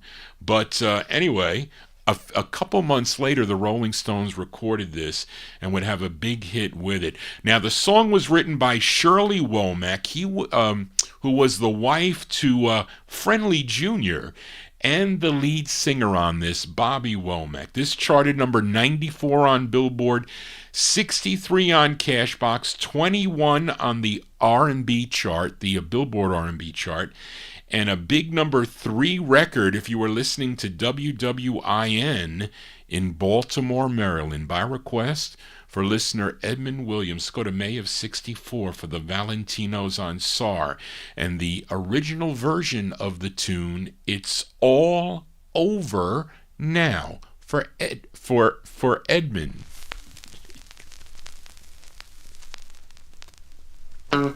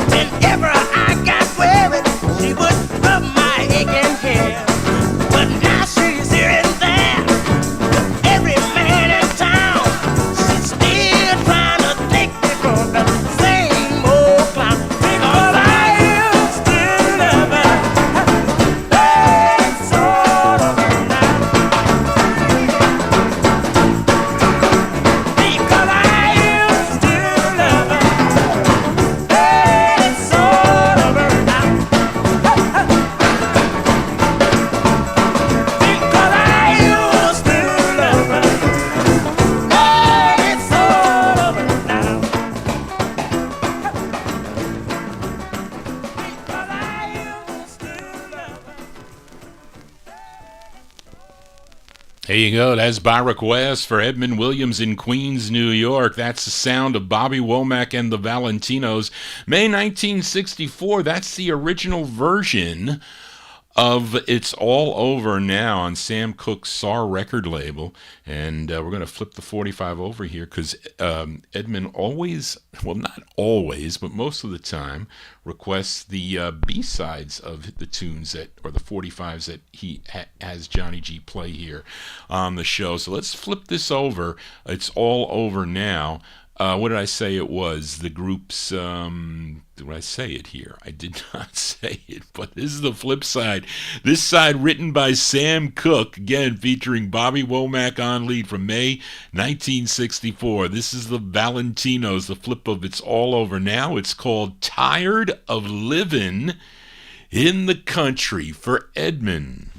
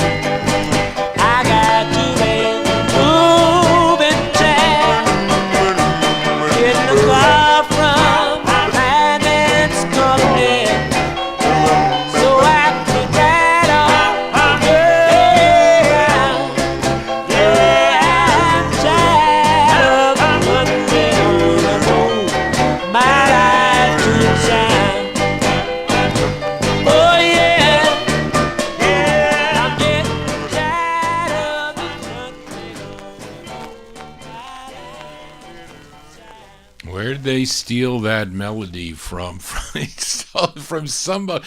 What's that song that's running through my head? They kind of stole that from Lordy Miss Claudie. Is that what they stole that from? That's what it sounded like. There you go. That's a B-side there by request for Edmund Williams, May 64. The flip side of the Valentinos, It's All Over Now, a song entitled Tired of Living in the Country. So there you go. That's for Edmund Williams. Let's continue here on the Vinyl Treasure Show. Let's fill a request for listener Chris Reed for this singer. He was born and raised in Atlanta, Georgia, and his real name was Curtis Smith, but he recorded as Willie Small. That is a made-up name if I ever heard one. And this is on a label called Jessica Records. It was owned by Matt McKinley, and a label that he named after his daughter. That was Ollie McLaughlin. He also named his labels after his daughters. But this is on the Jessica record label. This is from February of 1965. And this charted number 10 on KATZ in St. Louis, Missouri, where this label was based out of. So this is for listener Chris Reed, February 65, Willie Small on the Jessica label. It's called How High Can You Fly? This is for Chris.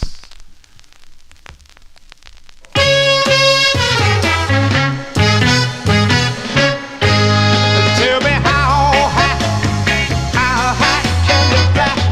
Hey, come on, come and tell me how high can you fly? Oh, tell me how high can you fly? Come on and tell me how high can you fly?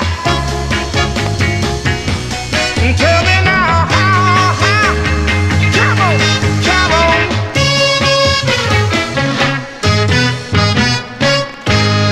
I've been trying to get to you since you moved next door to me. I got my plan on me. Can you go out with me? Are you gonna take off, baby, until we reach the sky? Tell me how high. Oh, can you fly? Come on and tell me how high can you fly? Tell me now how high can you fly? Whoa, come on. I wanna know. Tell me, baby, and I'll say that's all right. How high can you fly? Tell me how high can you fly?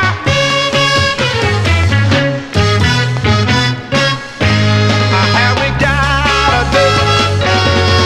Baby, can you stay out late? We gonna make the rounds, come on, and I'm gonna show you the town. I'm gonna show you where it's at. And tell me, are you game to try? We gotta take off flying, baby, until we reach the sky. Come on and tell me how high can you fly? Come on, come and tell me how high can you fly? Hey, baby, tell me how. Come on, tell me, baby, it's all right now. How high can you fly? As by request for listener Chris Reed, that is Willie Small, February 65 release on Jessica Records. How High Can You Fly is the name of the tune. I don't know, I haven't flown in a long time. And I used to do due diligence for Transamerica Leasing when I was manager of reefer accounting at the time. Went out to California. We bought a company called Transocean Lines. Biggest mistake the company ever did. I will tell you that much. But I used to fly out to California and do kind of like auditing their processes and whatnot. But I went to some cool record stores out in the San Francisco area back then. Didn't find much at all, but it was fun. Seeing the wharf down there. And, the wharf was pretty cool because I used to, I'm a big fan of 1950s horror movies. And I think I mentioned this before. It was, It Came From Beneath the Sea. I said, wait a minute, they filmed this down here. Of course, it was like a fake set, of course. But I met some friends out there, and it was always a good time to get out to with your coworkers. But also been up to Chicago when I first worked for Transamerica, and it was cool. They were filming Ferris Bueller's Day Off, if you've seen that movie. And it was funny because when I was out there, they were filming the scene when, they were in the taxi, and he saw his father across the way. So they were the company was moving from Chicago to New York, and all the employees were pissed that they were losing their job. They were there for years, and they were moving the company, and that's when I was working for them at the time as an accountant, and it was fun to go. I went to Lowry's Steakhouse, and I think I went up to the Sears Tower and a whole bunch of things. And it was funny, I almost, not that I almost got arrested, but when we got there, it was like 98 degrees. I forget. I think it was in September. We're talking 1985, 85. So it was hot as hell. And we were on Rush Street. So I was with somebody, I forget, his name was Mike, and he says, Johnny, we got to go. Is there anything open late? Because we got to buy some sweatshirts. I want to get stuff for my kids when we go back. And I says, okay. I think we went to a Walmart or Walgreens or Walmart. They were open 24/7. So we were there earlier, and he bought a sweatshirt. It had Chicago on it. So we went back, and it was late. It was like 1 a.m., and I said, all right, come on, we got to get, I think we were staying at the Knickerbocker Inn. So I'm there, and I said, come on, Mike, we got to go back. And he puts a Halloween mask on. And I said, will you get that off? Because they're going to think you want to steal that thing. But anyway, so he buys like 5 boxes of these sweatshirts. So he goes up to the cashier, and he's checking out. And she goes to him, are you going to pay for the one on your back? And he goes, what are you talking about? I bought this earlier. She goes, oh yeah, well I think you put that on. I'm calling the police. I'm like, wait a second, lady. We just got in from New York here. She says, well, I need to see the receipt. So I said, Mike, where's the receipt? So he said, it's in my room at the hotel. I said, well, look, I'll have to call a taxi to take me to the hotel. So they call the police, and they come in, and I said, look, would he be stupid enough to put that on? I said, really? Come on. And so they let us go. And so we left. And that was actually pretty. And I said, it was funny because the next morning we told everybody, Mike almost got arrested with me. So whatever. So, and I think the Mets, wait a minute, the Mets were playing, I forget, who were the Mets playing in 1985 or whatever. They were playing, so we wanted to see the ball game one night. So we're walking on East Michigan Avenue, and so we're trying to find this bar. So there are these 2 guys that were leaning against the building. So Mike says to them, and I had cash on me too, by the way. So I thought maybe I might find some records or something in Chicago, with Chicago. So he goes up to these 2 guys and he says, excuse me, but we're from out of town. Can you tell us, which I think was a mistake, can you tell us where we can go watch the game? We want to see the Mets and I forget whoever they were playing in this championship game. So they said, the guy goes, do you want to buy some watches? So he goes, no, we're just listening. We're just looking for the ball game. So he goes, the other guy says to him, listen to what the man said. I was like, look, we don't want any trouble.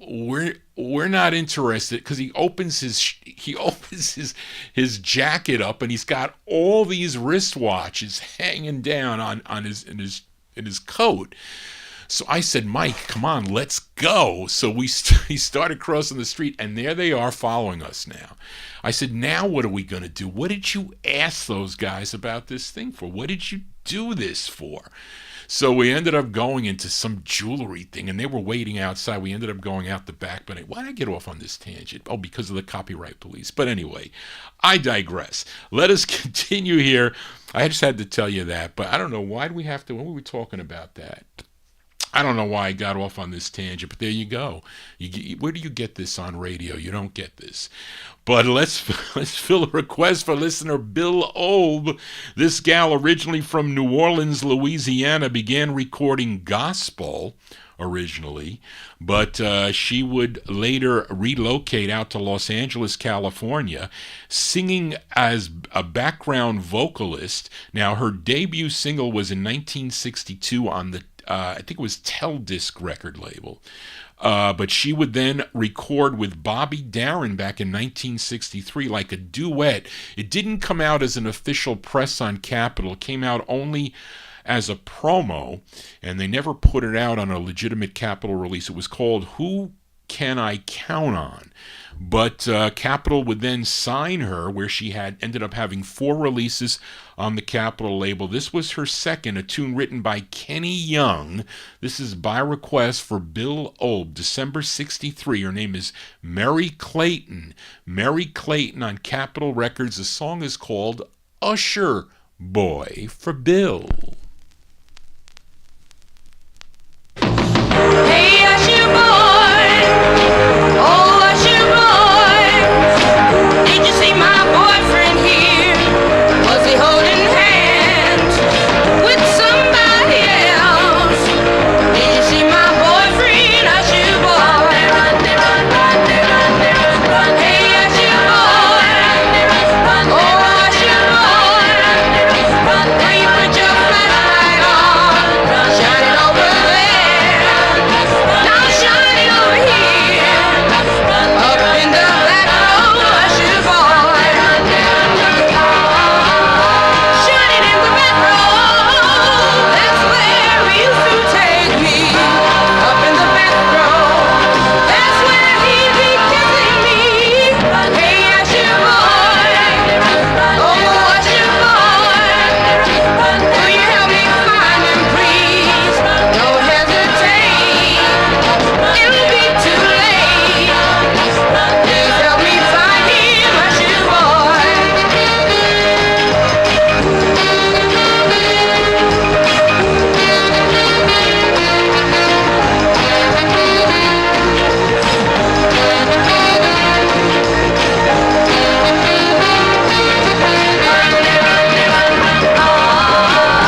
Shine it in the back row. That's where he used to take me. Up in the back row. That's where he'd be kissing me. Hey, Usher boy. Oh, Usher boy. Will you help me find him, please? Don't hesitate. It'll be too late. Please help me find him, Usher boy. Oh, Usher boy. Yeah, Usher boy. Oh, Usher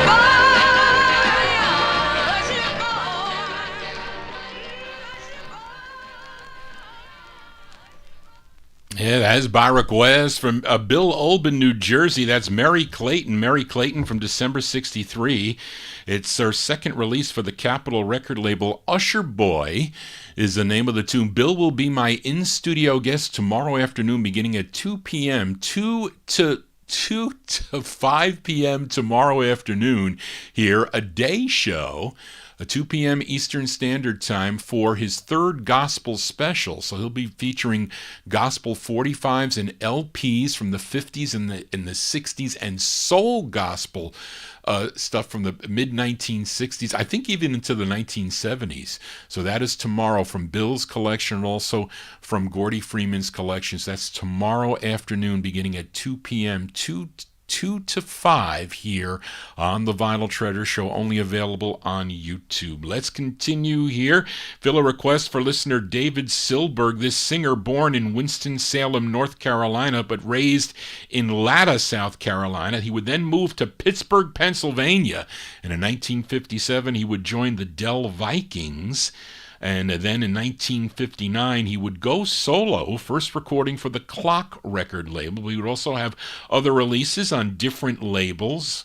And for Amy, I think, and there was another label there. What am I missing? But also Belltone, I think. But anyway, he would sign with Juan Records in 1961. Now, David requested his third release for Juan Records, a tune written by Burt Bacharach and Hal David. This charted number 59 on Billboard, 41 on Cashbox, 13 on the R&B chart, and a big number 2 record on WGSB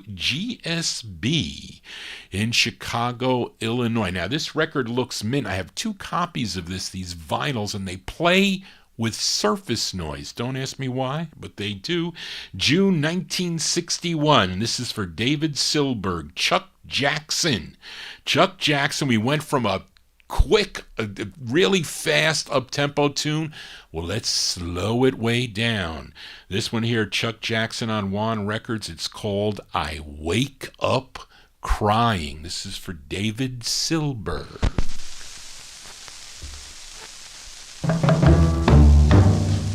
I wake up crying after tossing and turning and yearning the whole night long. Birdie baby, since you went away, haven't spent a happy day. I wake up crying after sobbing and sighing and wondering just what went wrong. Birdie baby, I was good to you. Why'd you go and make me blue?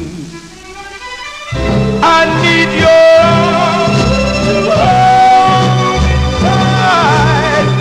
I need your lips to kiss me goodnight. I'm so unhappy all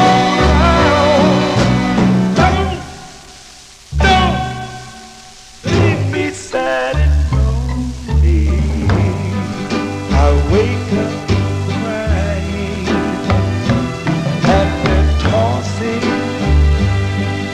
and turning and yearning the whole night long. Birdie baby, please come back to me. Save me from this misery. Oh baby, won't you save me from this misery? Oh baby, won't you save me from this misery? There you go, Hiss and All there, by request for David Silberg, June 61 release there.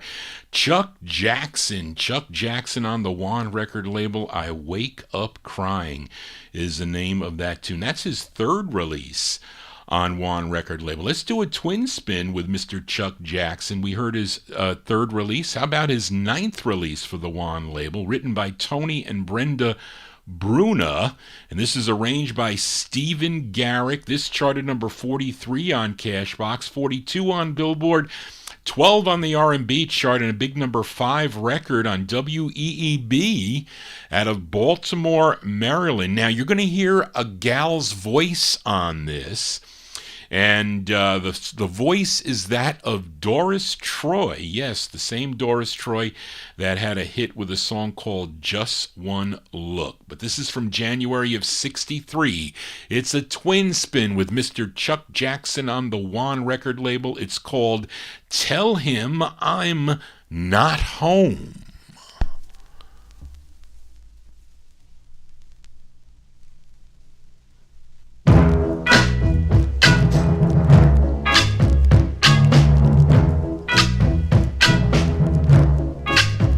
Every time I call you on the phone,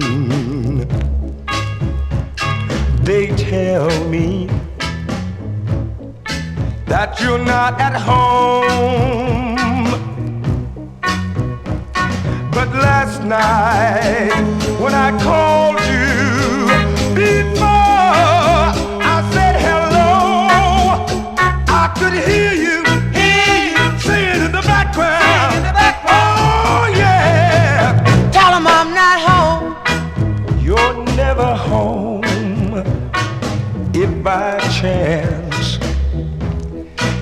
found somebody new, and you don't know what to say or do. I'd feel better when I called you if you asked me not to phone instead of saying in the background. Oh yeah. Tell 'em I'm not home. Not home. Not home. Not home. Don't lie. Don't lie. Baby, don't lie. If you don't want to talk to me, baby, please tell me why. The next time I call you on the phone, don't let them tell me that you're not at home. I'd feel better if you told me that I am on my own instead of saying in the background. Oh yeah. Tell 'em I'm not home. Not home. Not home. Not home. Not home. Every time I call you, baby, somebody tells me that you're not home, and I'm getting sick and tired of the way you're doing, baby. Twin spins here on the Vinyl Treasure Show. That one there with Chuck Jackson. That is his, what did I say? That was his ninth release for the Juan record label, January 63. A big sound there for Chuck Jackson, Tell 'Em I'm Not Home. You know, Ike and Tina Turner do a cool rendition of that tune. They do. Johnny G here on a Wednesday evening. Hope you're digging on the tunes. If you're new to the program, please consider subscribing to my YouTube channel. Tell your friends about it. Click the bell to get notifications when I go live. And also give me a thumbs up if you dig these cool tunes. This is our first show of the week. I do an average of 2.5 shows every week, and it's like old hat now. Who asked me? Somebody asked me in the chat room how long I've been doing this. First started as a guest collector back in 1999. I did the up at Wesleyan College. My buddy Al Bernard would invite me up there to the what's this called, the Moondog Matinee Show. And again, I'm a big collector of group harmony 45's and rhythm and blues, and that's what I play on Saturday nights. And I play that by year. Also, I am on out of San Diego on Sunday mornings, beginning at it's actually early in the morning out Pacific time, like from 6 to 9 here on the East Coast. It's 9 to 12 on KKSM 1320 AM out of Palomar College in San Marcos, California. And I've been tuning into that program. It's sounding really good. They just picked up the stream off of my website, vinyltreasures.net, and they play the show. They cut it off after 3 hours, and there's some kind of thing about that 1940s or 50s radio that comes on, but it's and it's not the current shows. They go back a couple weeks, but they've been playing the 50s show. So there you go. Again, if this show gets blocked for any reason, because people come back, they have to go to bed and whatnot. Paul Greco is one. He gets up really early in the morning and listens to the rest of the show. If it's not there, I get emails from the listeners. Go to my community page and I'll post a link there where you can hear the stream.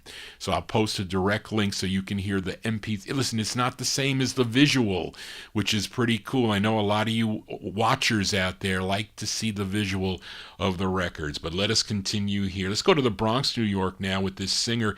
He was a lead singer of the Earls. They recorded for Rome Records and Old Town Records back in the early 1960s. I'm sure you know their big hit from early 63 on Old Town called Remember Then, plus other great songs that the Earls did. But here's a solo effort by him, and that would be Larry Chance. And we lost Larry Chance, last September 5th of 2023.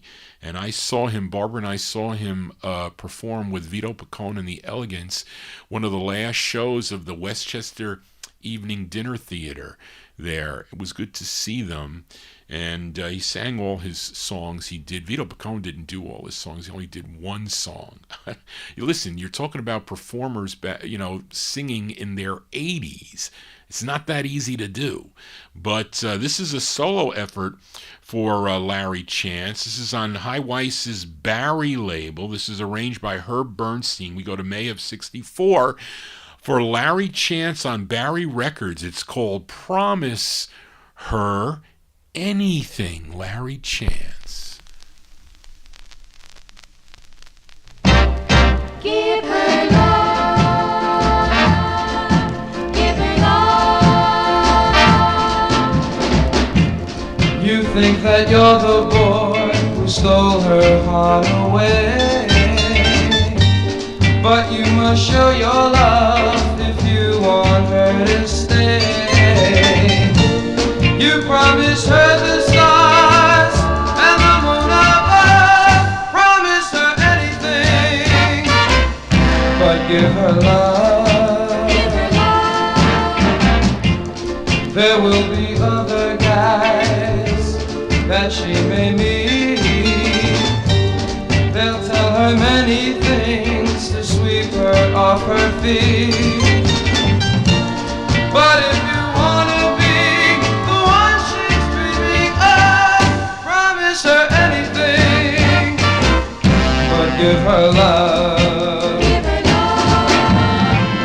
I know that you care for her, but take some of my advice. If you want her love to last, start treating her extra nice. So take her in your arms, kiss her once for me. I found out just too late you must treat her tenderly. You can promise her the stars and the moon above. Promise her anything, but give her love. Now you can promise her the stars, promise her the moon above, promise her anything, but give her love. Give her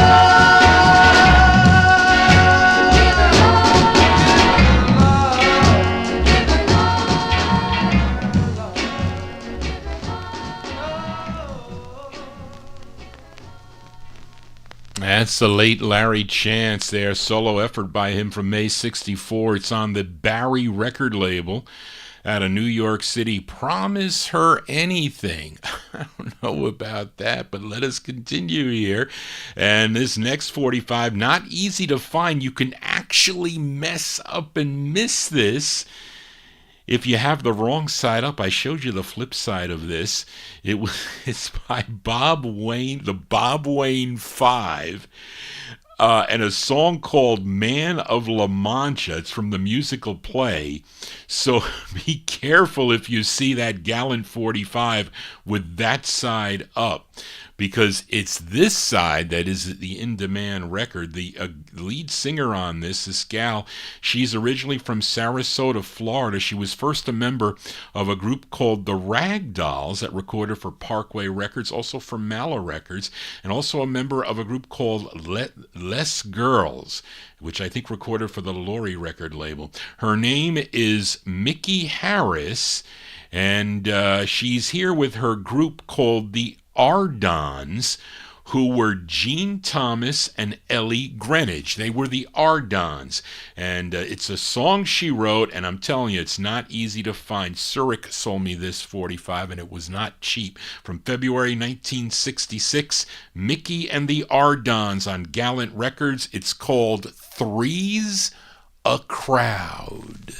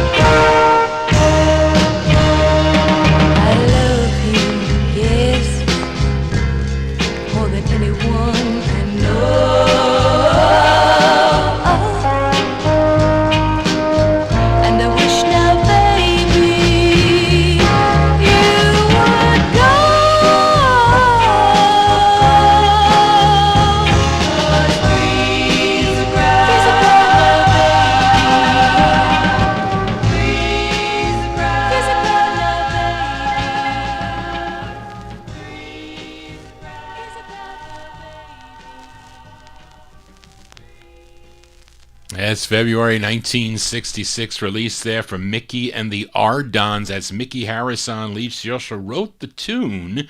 It's on the Gallant record label. Three's a crowd, man. That's it. So scram. We only want two. Yes, we do. And let's continue here on the Vinyl Treasure Show. I think this next release, couldn't really date it. Charlena's 1970. I think it's 69 or 70. And here's something I picked up for practically nothing, but I think this might sell for some bucks. It's on the Judith label. And the tune written by Earl Davis. And this singer goes by the name of Bobby Wright, W-R-I-G-H-T, Bobby Wright. And I'll say 69 or 1970 release. Let's give it a spin. Bobby Wright on Judith it's called Baby, I Need You. Bobby Wright.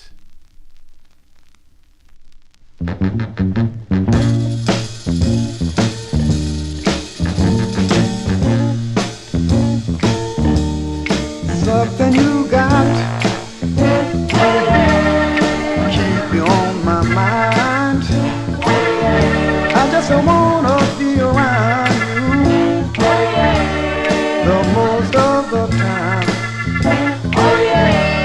And when I goes to sleep, you in all my dreams. You my whole life. Everything I need. Oh yeah. I swim the deepest ocean. Oh yeah. Get around to you. Oh yeah. You got me so confused. Oh yeah. I don't know what to do. Oh yeah. And when you are near, ain't no pill, just like billion of sugar plumps. I'm so much in love.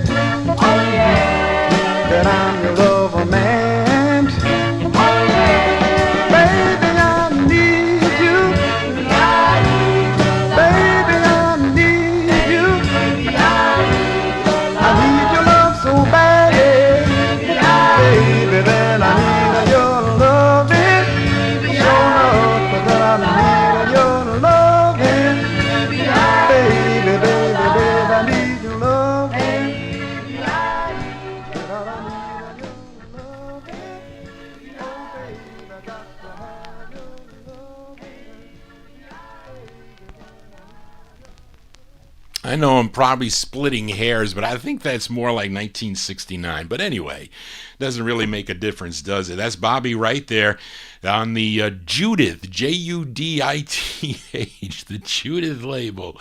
It's called Baby, I Need You. We are almost in Vinyl Treasure overtime. We're not going to go that long. Got lots of things to do to prepare for my guest collector tomorrow, Bill Obe, for his third gospel special.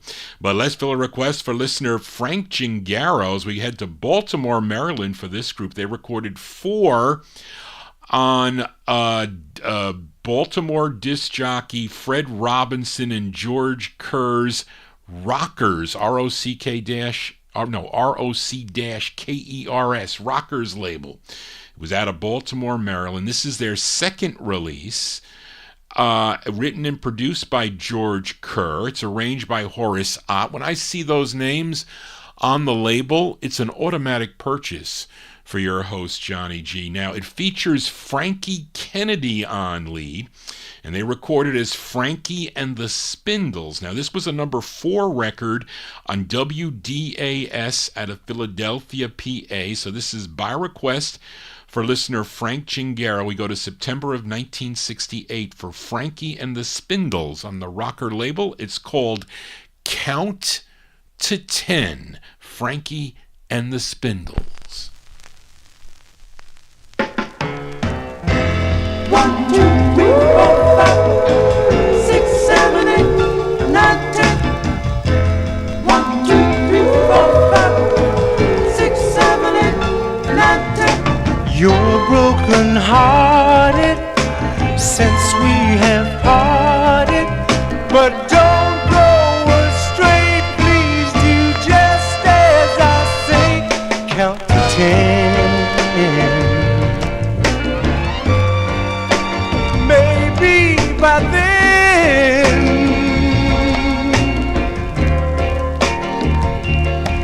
you'll see my love is true, and the only one I care about is you. 1, 2, 3, 4, 5, baby. 6, 7, 8, 9, 10. Count to 10. 1, 2, 3, 4, 5, darling, darling. 6, 7, 8, 9, 10. At night in the park, as I sat in the dark, you walked up on me as I sat with Marie. Count to 10. She was only a friend, baby. Now can't you see my love is true, and the only one I care about is you. 1, 2, 3, 4, 5, baby. 6, 7, 8, 9, 10. You walk around with your head in the air. Won't let me explain, and I don't think it's fair, darling. I've been so true. There's no one else but you, baby. So count to 10. 1, 2, 3, 4, 5, darling, darling. 6, 7, 8. She was just a friend. 1, 2, 3, 4, 5, baby, baby. 6, 7, 8, 9, 10.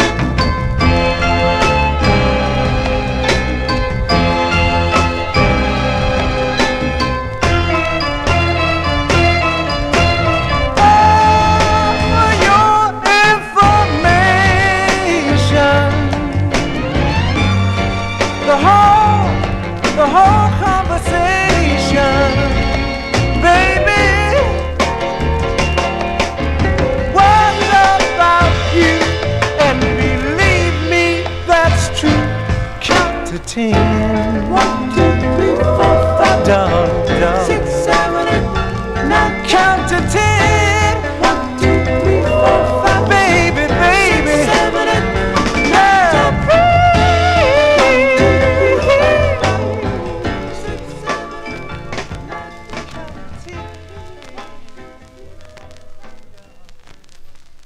September 1968 release there for Frankie and the Spindles. That's by request for listener Frank Chingaro in our YouTube chat room. That is Frankie Kennedy on lead. That's, what did I say? That was their second of 4 for the Rocker record label. I think I have one more by them. I don't have all their releases, but I didn't even know if I had that because I had to look for this down in the No Humidity basement. I found it though. I did, so I'm glad to feature that for Frank Chingaro. Let's continue here on the Vinyl Treasure Show. We are in Vinyl Treasure Overtime. Thank you all for being here. Hope you enjoyed the show this evening. We'll do a little bit of overtime. Let's go to Philadelphia now for this group. This girl group, you may be familiar with, although it really wasn't their song, a song called I Sold My Heart to the Junk Man. And you may think it was by Patti LaBelle and the Bluebells, but it was not. That group was really, who were they? The Starlets. They were out of Chicago. They came to Philadelphia and they recorded, and somehow that record ended up getting played, and they were going to promote it on Dick Clark's American Bandstand, but the girls couldn't perform. They were under contract already to another label, so they ended up getting this gal to come in with her group, and her name was Patti LaBelle, although that's not her real name. Her real name is Patricia Louise Holt, but she sang as Patti LaBelle. And also she gets credit as a solo effort, but it is not. This is really her, though, and she's being backed up with her group, the Bluebells, although they are not mentioned on this label. This is Harold B. Robinson's New Time record label out of Philadelphia. And he also co-wrote this tune. It's arranged by Bobby Martin, a big Philly name. This is from October 62. Patti LaBelle and the Uncredited Bluebells on New Time Records. It's called The Joke's on You. Patti LaBelle.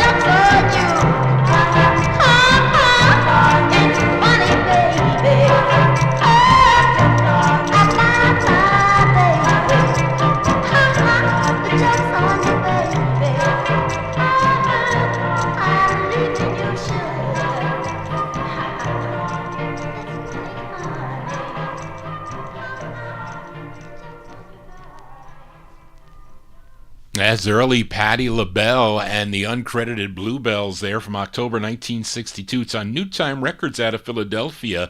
The Joke's on You is the name of the tune. I don't know if the joke's on Johnny G, but the joke's definitely on the copyright police. They've been out in full force tonight, so let's just hope they don't block this video.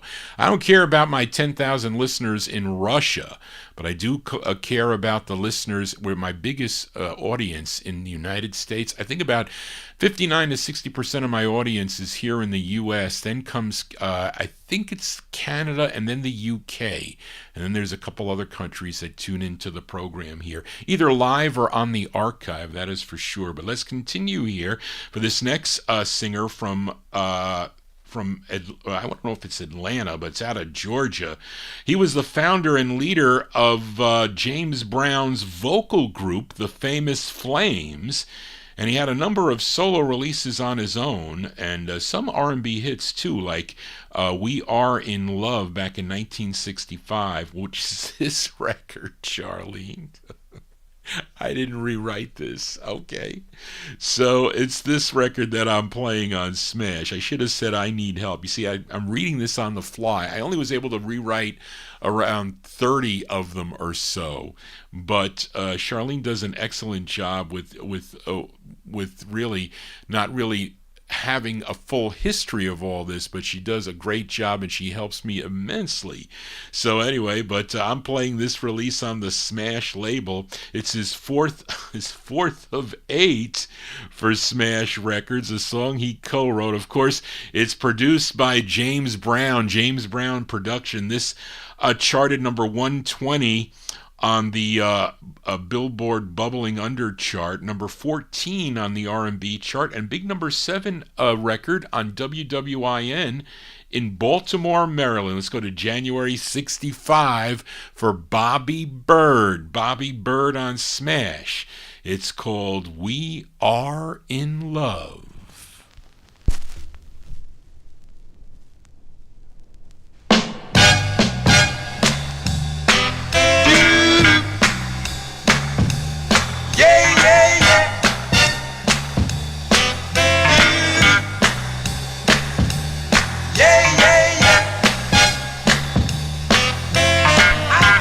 Something that I want to say. I'm gonna love you till my dying days. People left that talked about scorned and disgraced, but things have got to get better hard as we pray. But we're in love.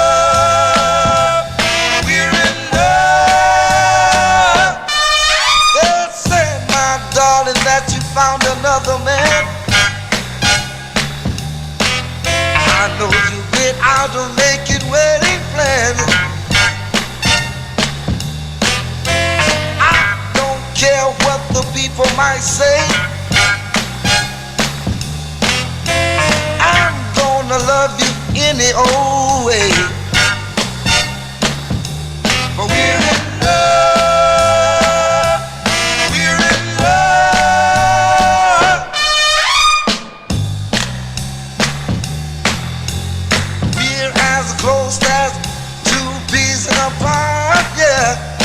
Yeah. We've got the kind of romance that's really, really hot. There's just one more thing, my baby, before we go, yeah. Alright. If you love someone, let the whole world know. I'll tell England, France, Japan, and Rome. South America, North America, and even Stockholm. That we're in love, we're in love.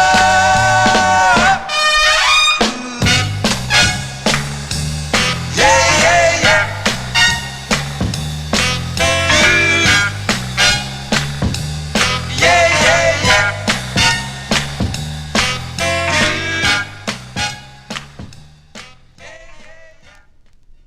As Bobby Bird there. Bobby Bird was a close friend of James Brown since the beginning, really.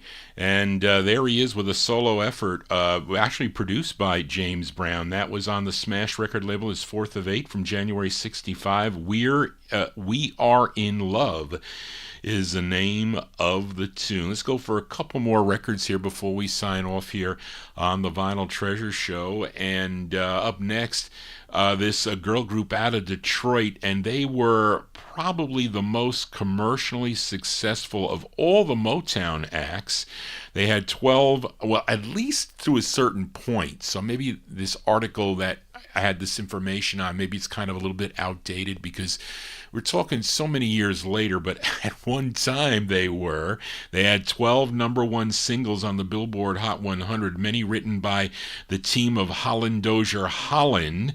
And you know these gals. They were Florence Ballard, Mary Wilson, and lead singer Diana Ross. First recording for the Tamla label back in 1961. And then with Motown number 1008, they had, I don't know if they had 35 singles with Diana Ross at the helm. and through the year 1969 with their final release, which was called Someday We'll Be Together. But here's the B-side to their 12th release on the Motown label. I really like the A-side, but I'm afraid to play it, called Back in My Arms Again, a record I really like. When I used to hear it on Sirius 60's on 6, I used to play it loud when I used to drive into Newark, New Jersey for my working for that utility company. I used to have Sirius XM, but no more. But here's the flip side, and I like the flip side of the 45. This was done by a few, I think Chris Clark did this also. But this is Diana Ross on lead. Yeah, Chris Clark covered this in 1968. Let's go to April 1965 with the B-side, the flip side of Back in My Heart Again. The Supremes with Diana Ross on lead, and their rendition of the tune Whisper You Love Me Boy, the Supremes.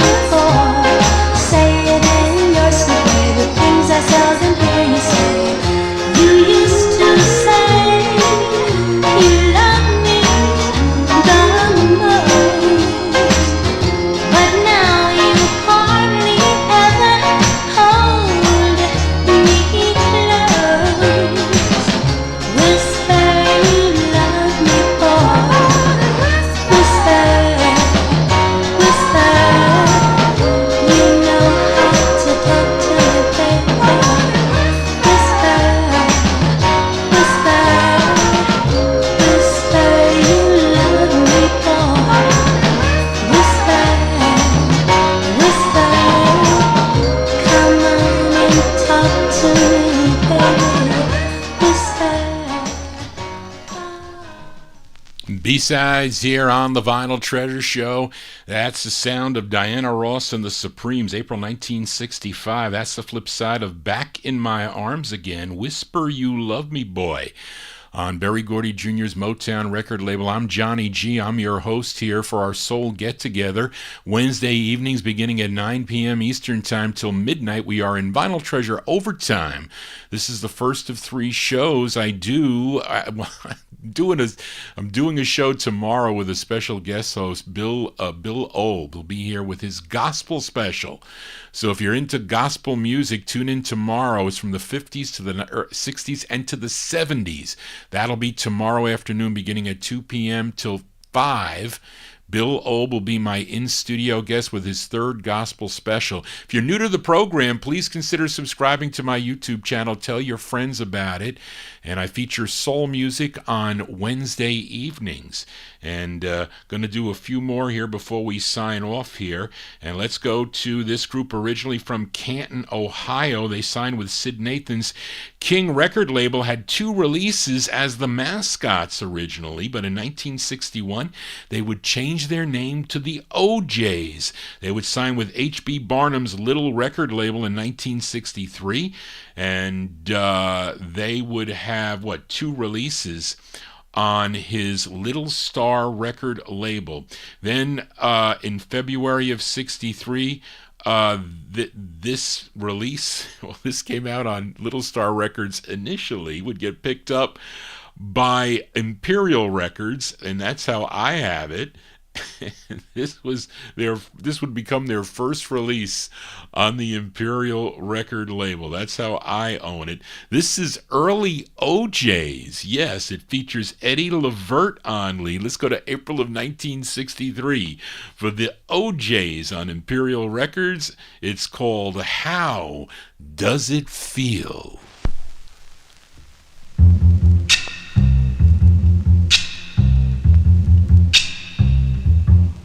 How does it feel for me to be your slave?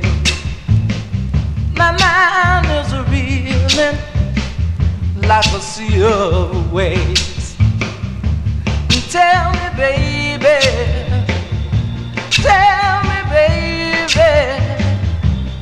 how does it feel?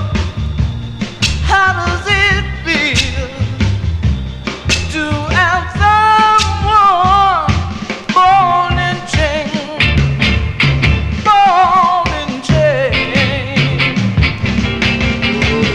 I know one day I'll be free.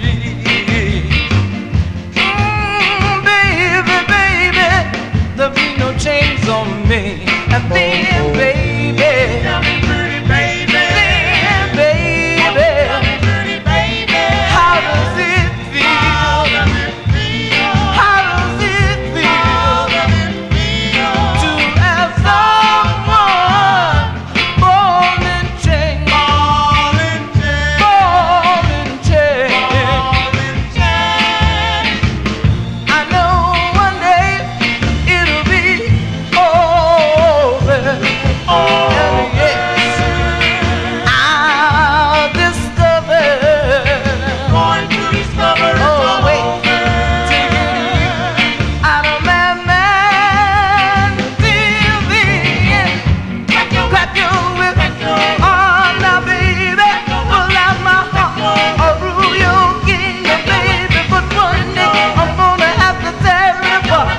Yeah, and then, baby, baby, you know how it feels. You know how it feels to have someone born in chains, born in chains.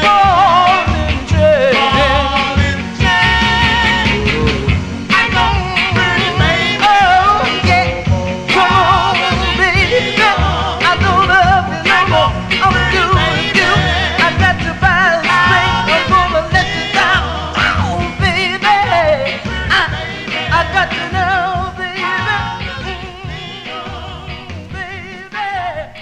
Whoa, I got to pretty baby. Early OJs here on the Vinyl Treasure Show. Eddie Levert on lead, April 63. It's on Imperial Records. It's called How Does It Feel is the name of the tune. And my favorite by them is a song called Lipstick Traces. There's a video on YouTube of them lip-syncing that song on, I forget, Chivalry, I think it's called. But anyway, let us continue here. I usually feature this next group on my 50s show that I do on Saturday nights beginning at 9 p.m. You know, we play the music in the early 50s and I play it by year. I don't do that here on the Soul Show. But this group is originally out of Baltimore, Maryland. Initially, they recorded as Bobby Hall and the Kings way back in 1953 for the Jax, J-A-X records. Then they just became the Kings, and toward the mid-1960s, they would change their name to Little Hook and the Kings. And this is from 1963. This first came out on a label called Century Records, which I do not have, but I do have the next release, which was on Little Rick's Records, and then it came out for national distribution on this label that I'm playing, Chess Records. This co-written by the lead singer. His name is Adolphus Holcomb, aka Little Hook, which was his childhood nickname. This is produced by Otis Pollard. This charted number 56 on WLAN. If you are listening in Lancaster, Pennsylvania, we stay in 63, this time August 63, for Little Hooks and the Kings. It's called Count Your Blessings.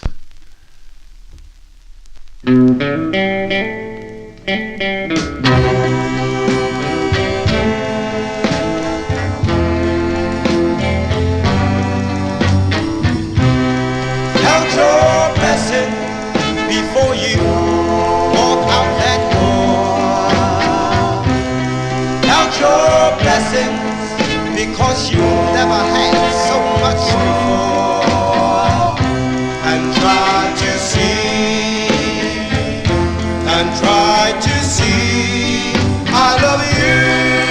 And did more than any man would ever do. Oh, you count your blessing before you say we are through. Count your blessing, there is so much more I can do. And try to see, and try to see I love you.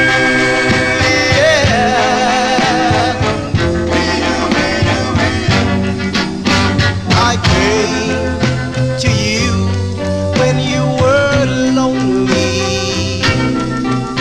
I came to you when you were sad.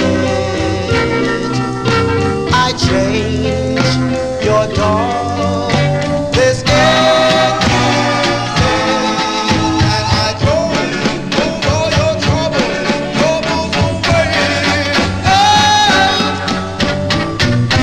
So count your blessings, count them one by one. Count your blessings and think of all the good things I have done. And then you know, and then you know that it's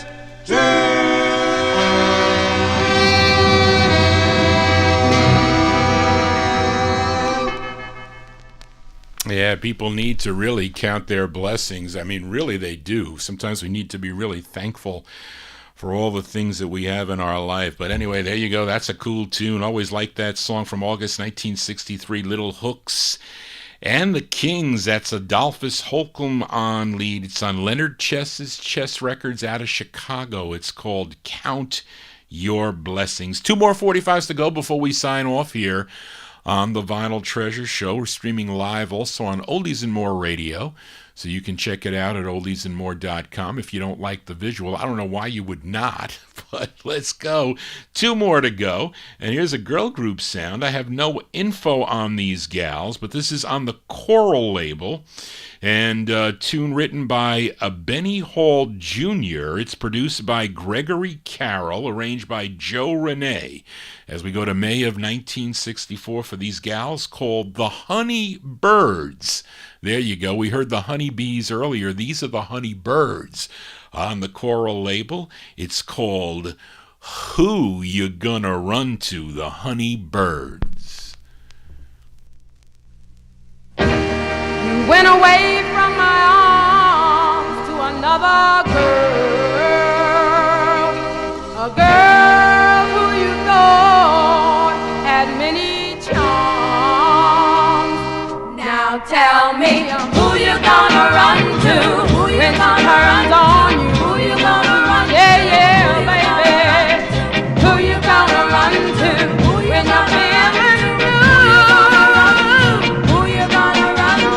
Come back to me, popping that old plea, 'cause I know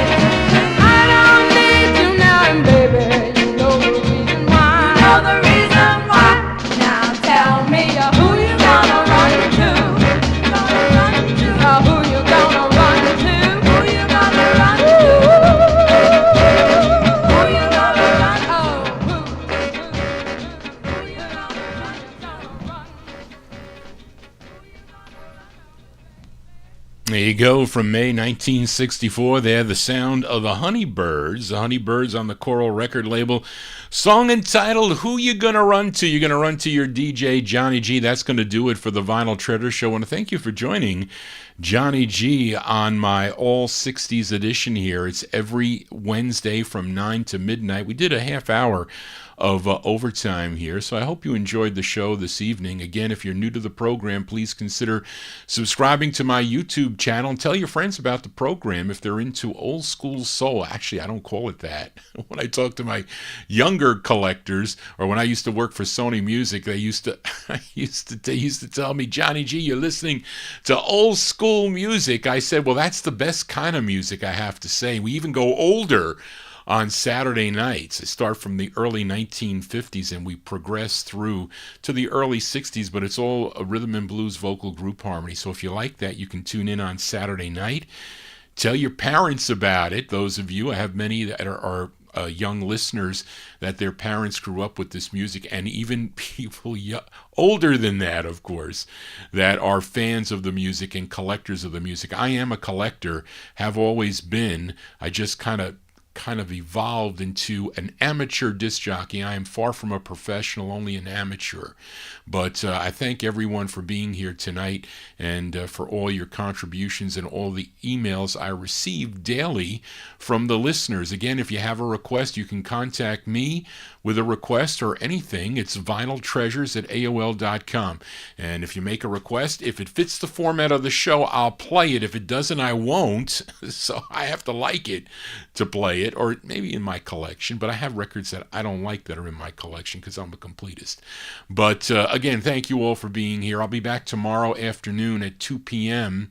2 p.m. Eastern Standard Time here till 5 with my guest host, my guest collector. Will be here in the Johnny G Studios, Bill Old. So if you're into gospel music, tune in tomorrow afternoon. And I'll be back the following Thursday with 78s out of my collection. You know, you can go to the YouTube website and you can see all the archives there. There's a lot of archives. So in case I'm not on like I was a couple weeks ago because of my upload speed, you always can get a dose of Johnny G. So we're going to close the show tonight with a request for listener Edmund Williams, and I really like this song by this singer, the Godfather of Soul, as he was coined later on. This is a request for listener Edmund Williams. First recording for Sid Nathan's Federal Records, back in 1956 with his group called the Famous Flames. We played one of the Famous Flames, that Bobby Bird on Smash, a few records earlier. But he would then move from Federal over to the King record label, which I guess we'll call it the parent label, in 1960 for something like 88 releases. So you better leave a lot of space in your record boxes if you collect this singer. He had 88 releases through 1971 for King Records, then moving to Polydor. But this is his 18th release that Edmund requested. It came out in March of 1963. Now, this is a cover tune. This song was originally done back in 1931 by Russ Colombo.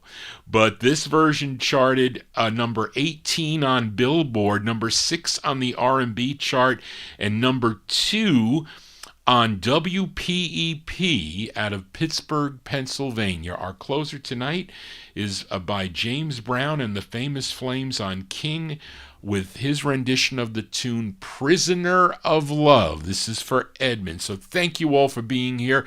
Thank you, Charlene, again for all your help, as she is my administrative assistant. She assists Johnny G with all the shows, with the research, etc. And again, don't forget to subscribe. Very important. Give me a thumbs up if you enjoy what you're hearing. I'll be back tomorrow afternoon. If not, I'll see some of you on Saturday. If not, I'll see you back here next Wednesday night at 9 p.m. on Oldies and More Radio, also on YouTube.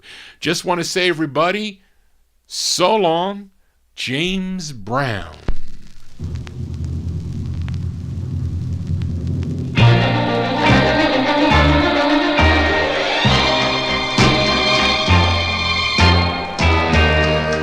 A love for 19 find me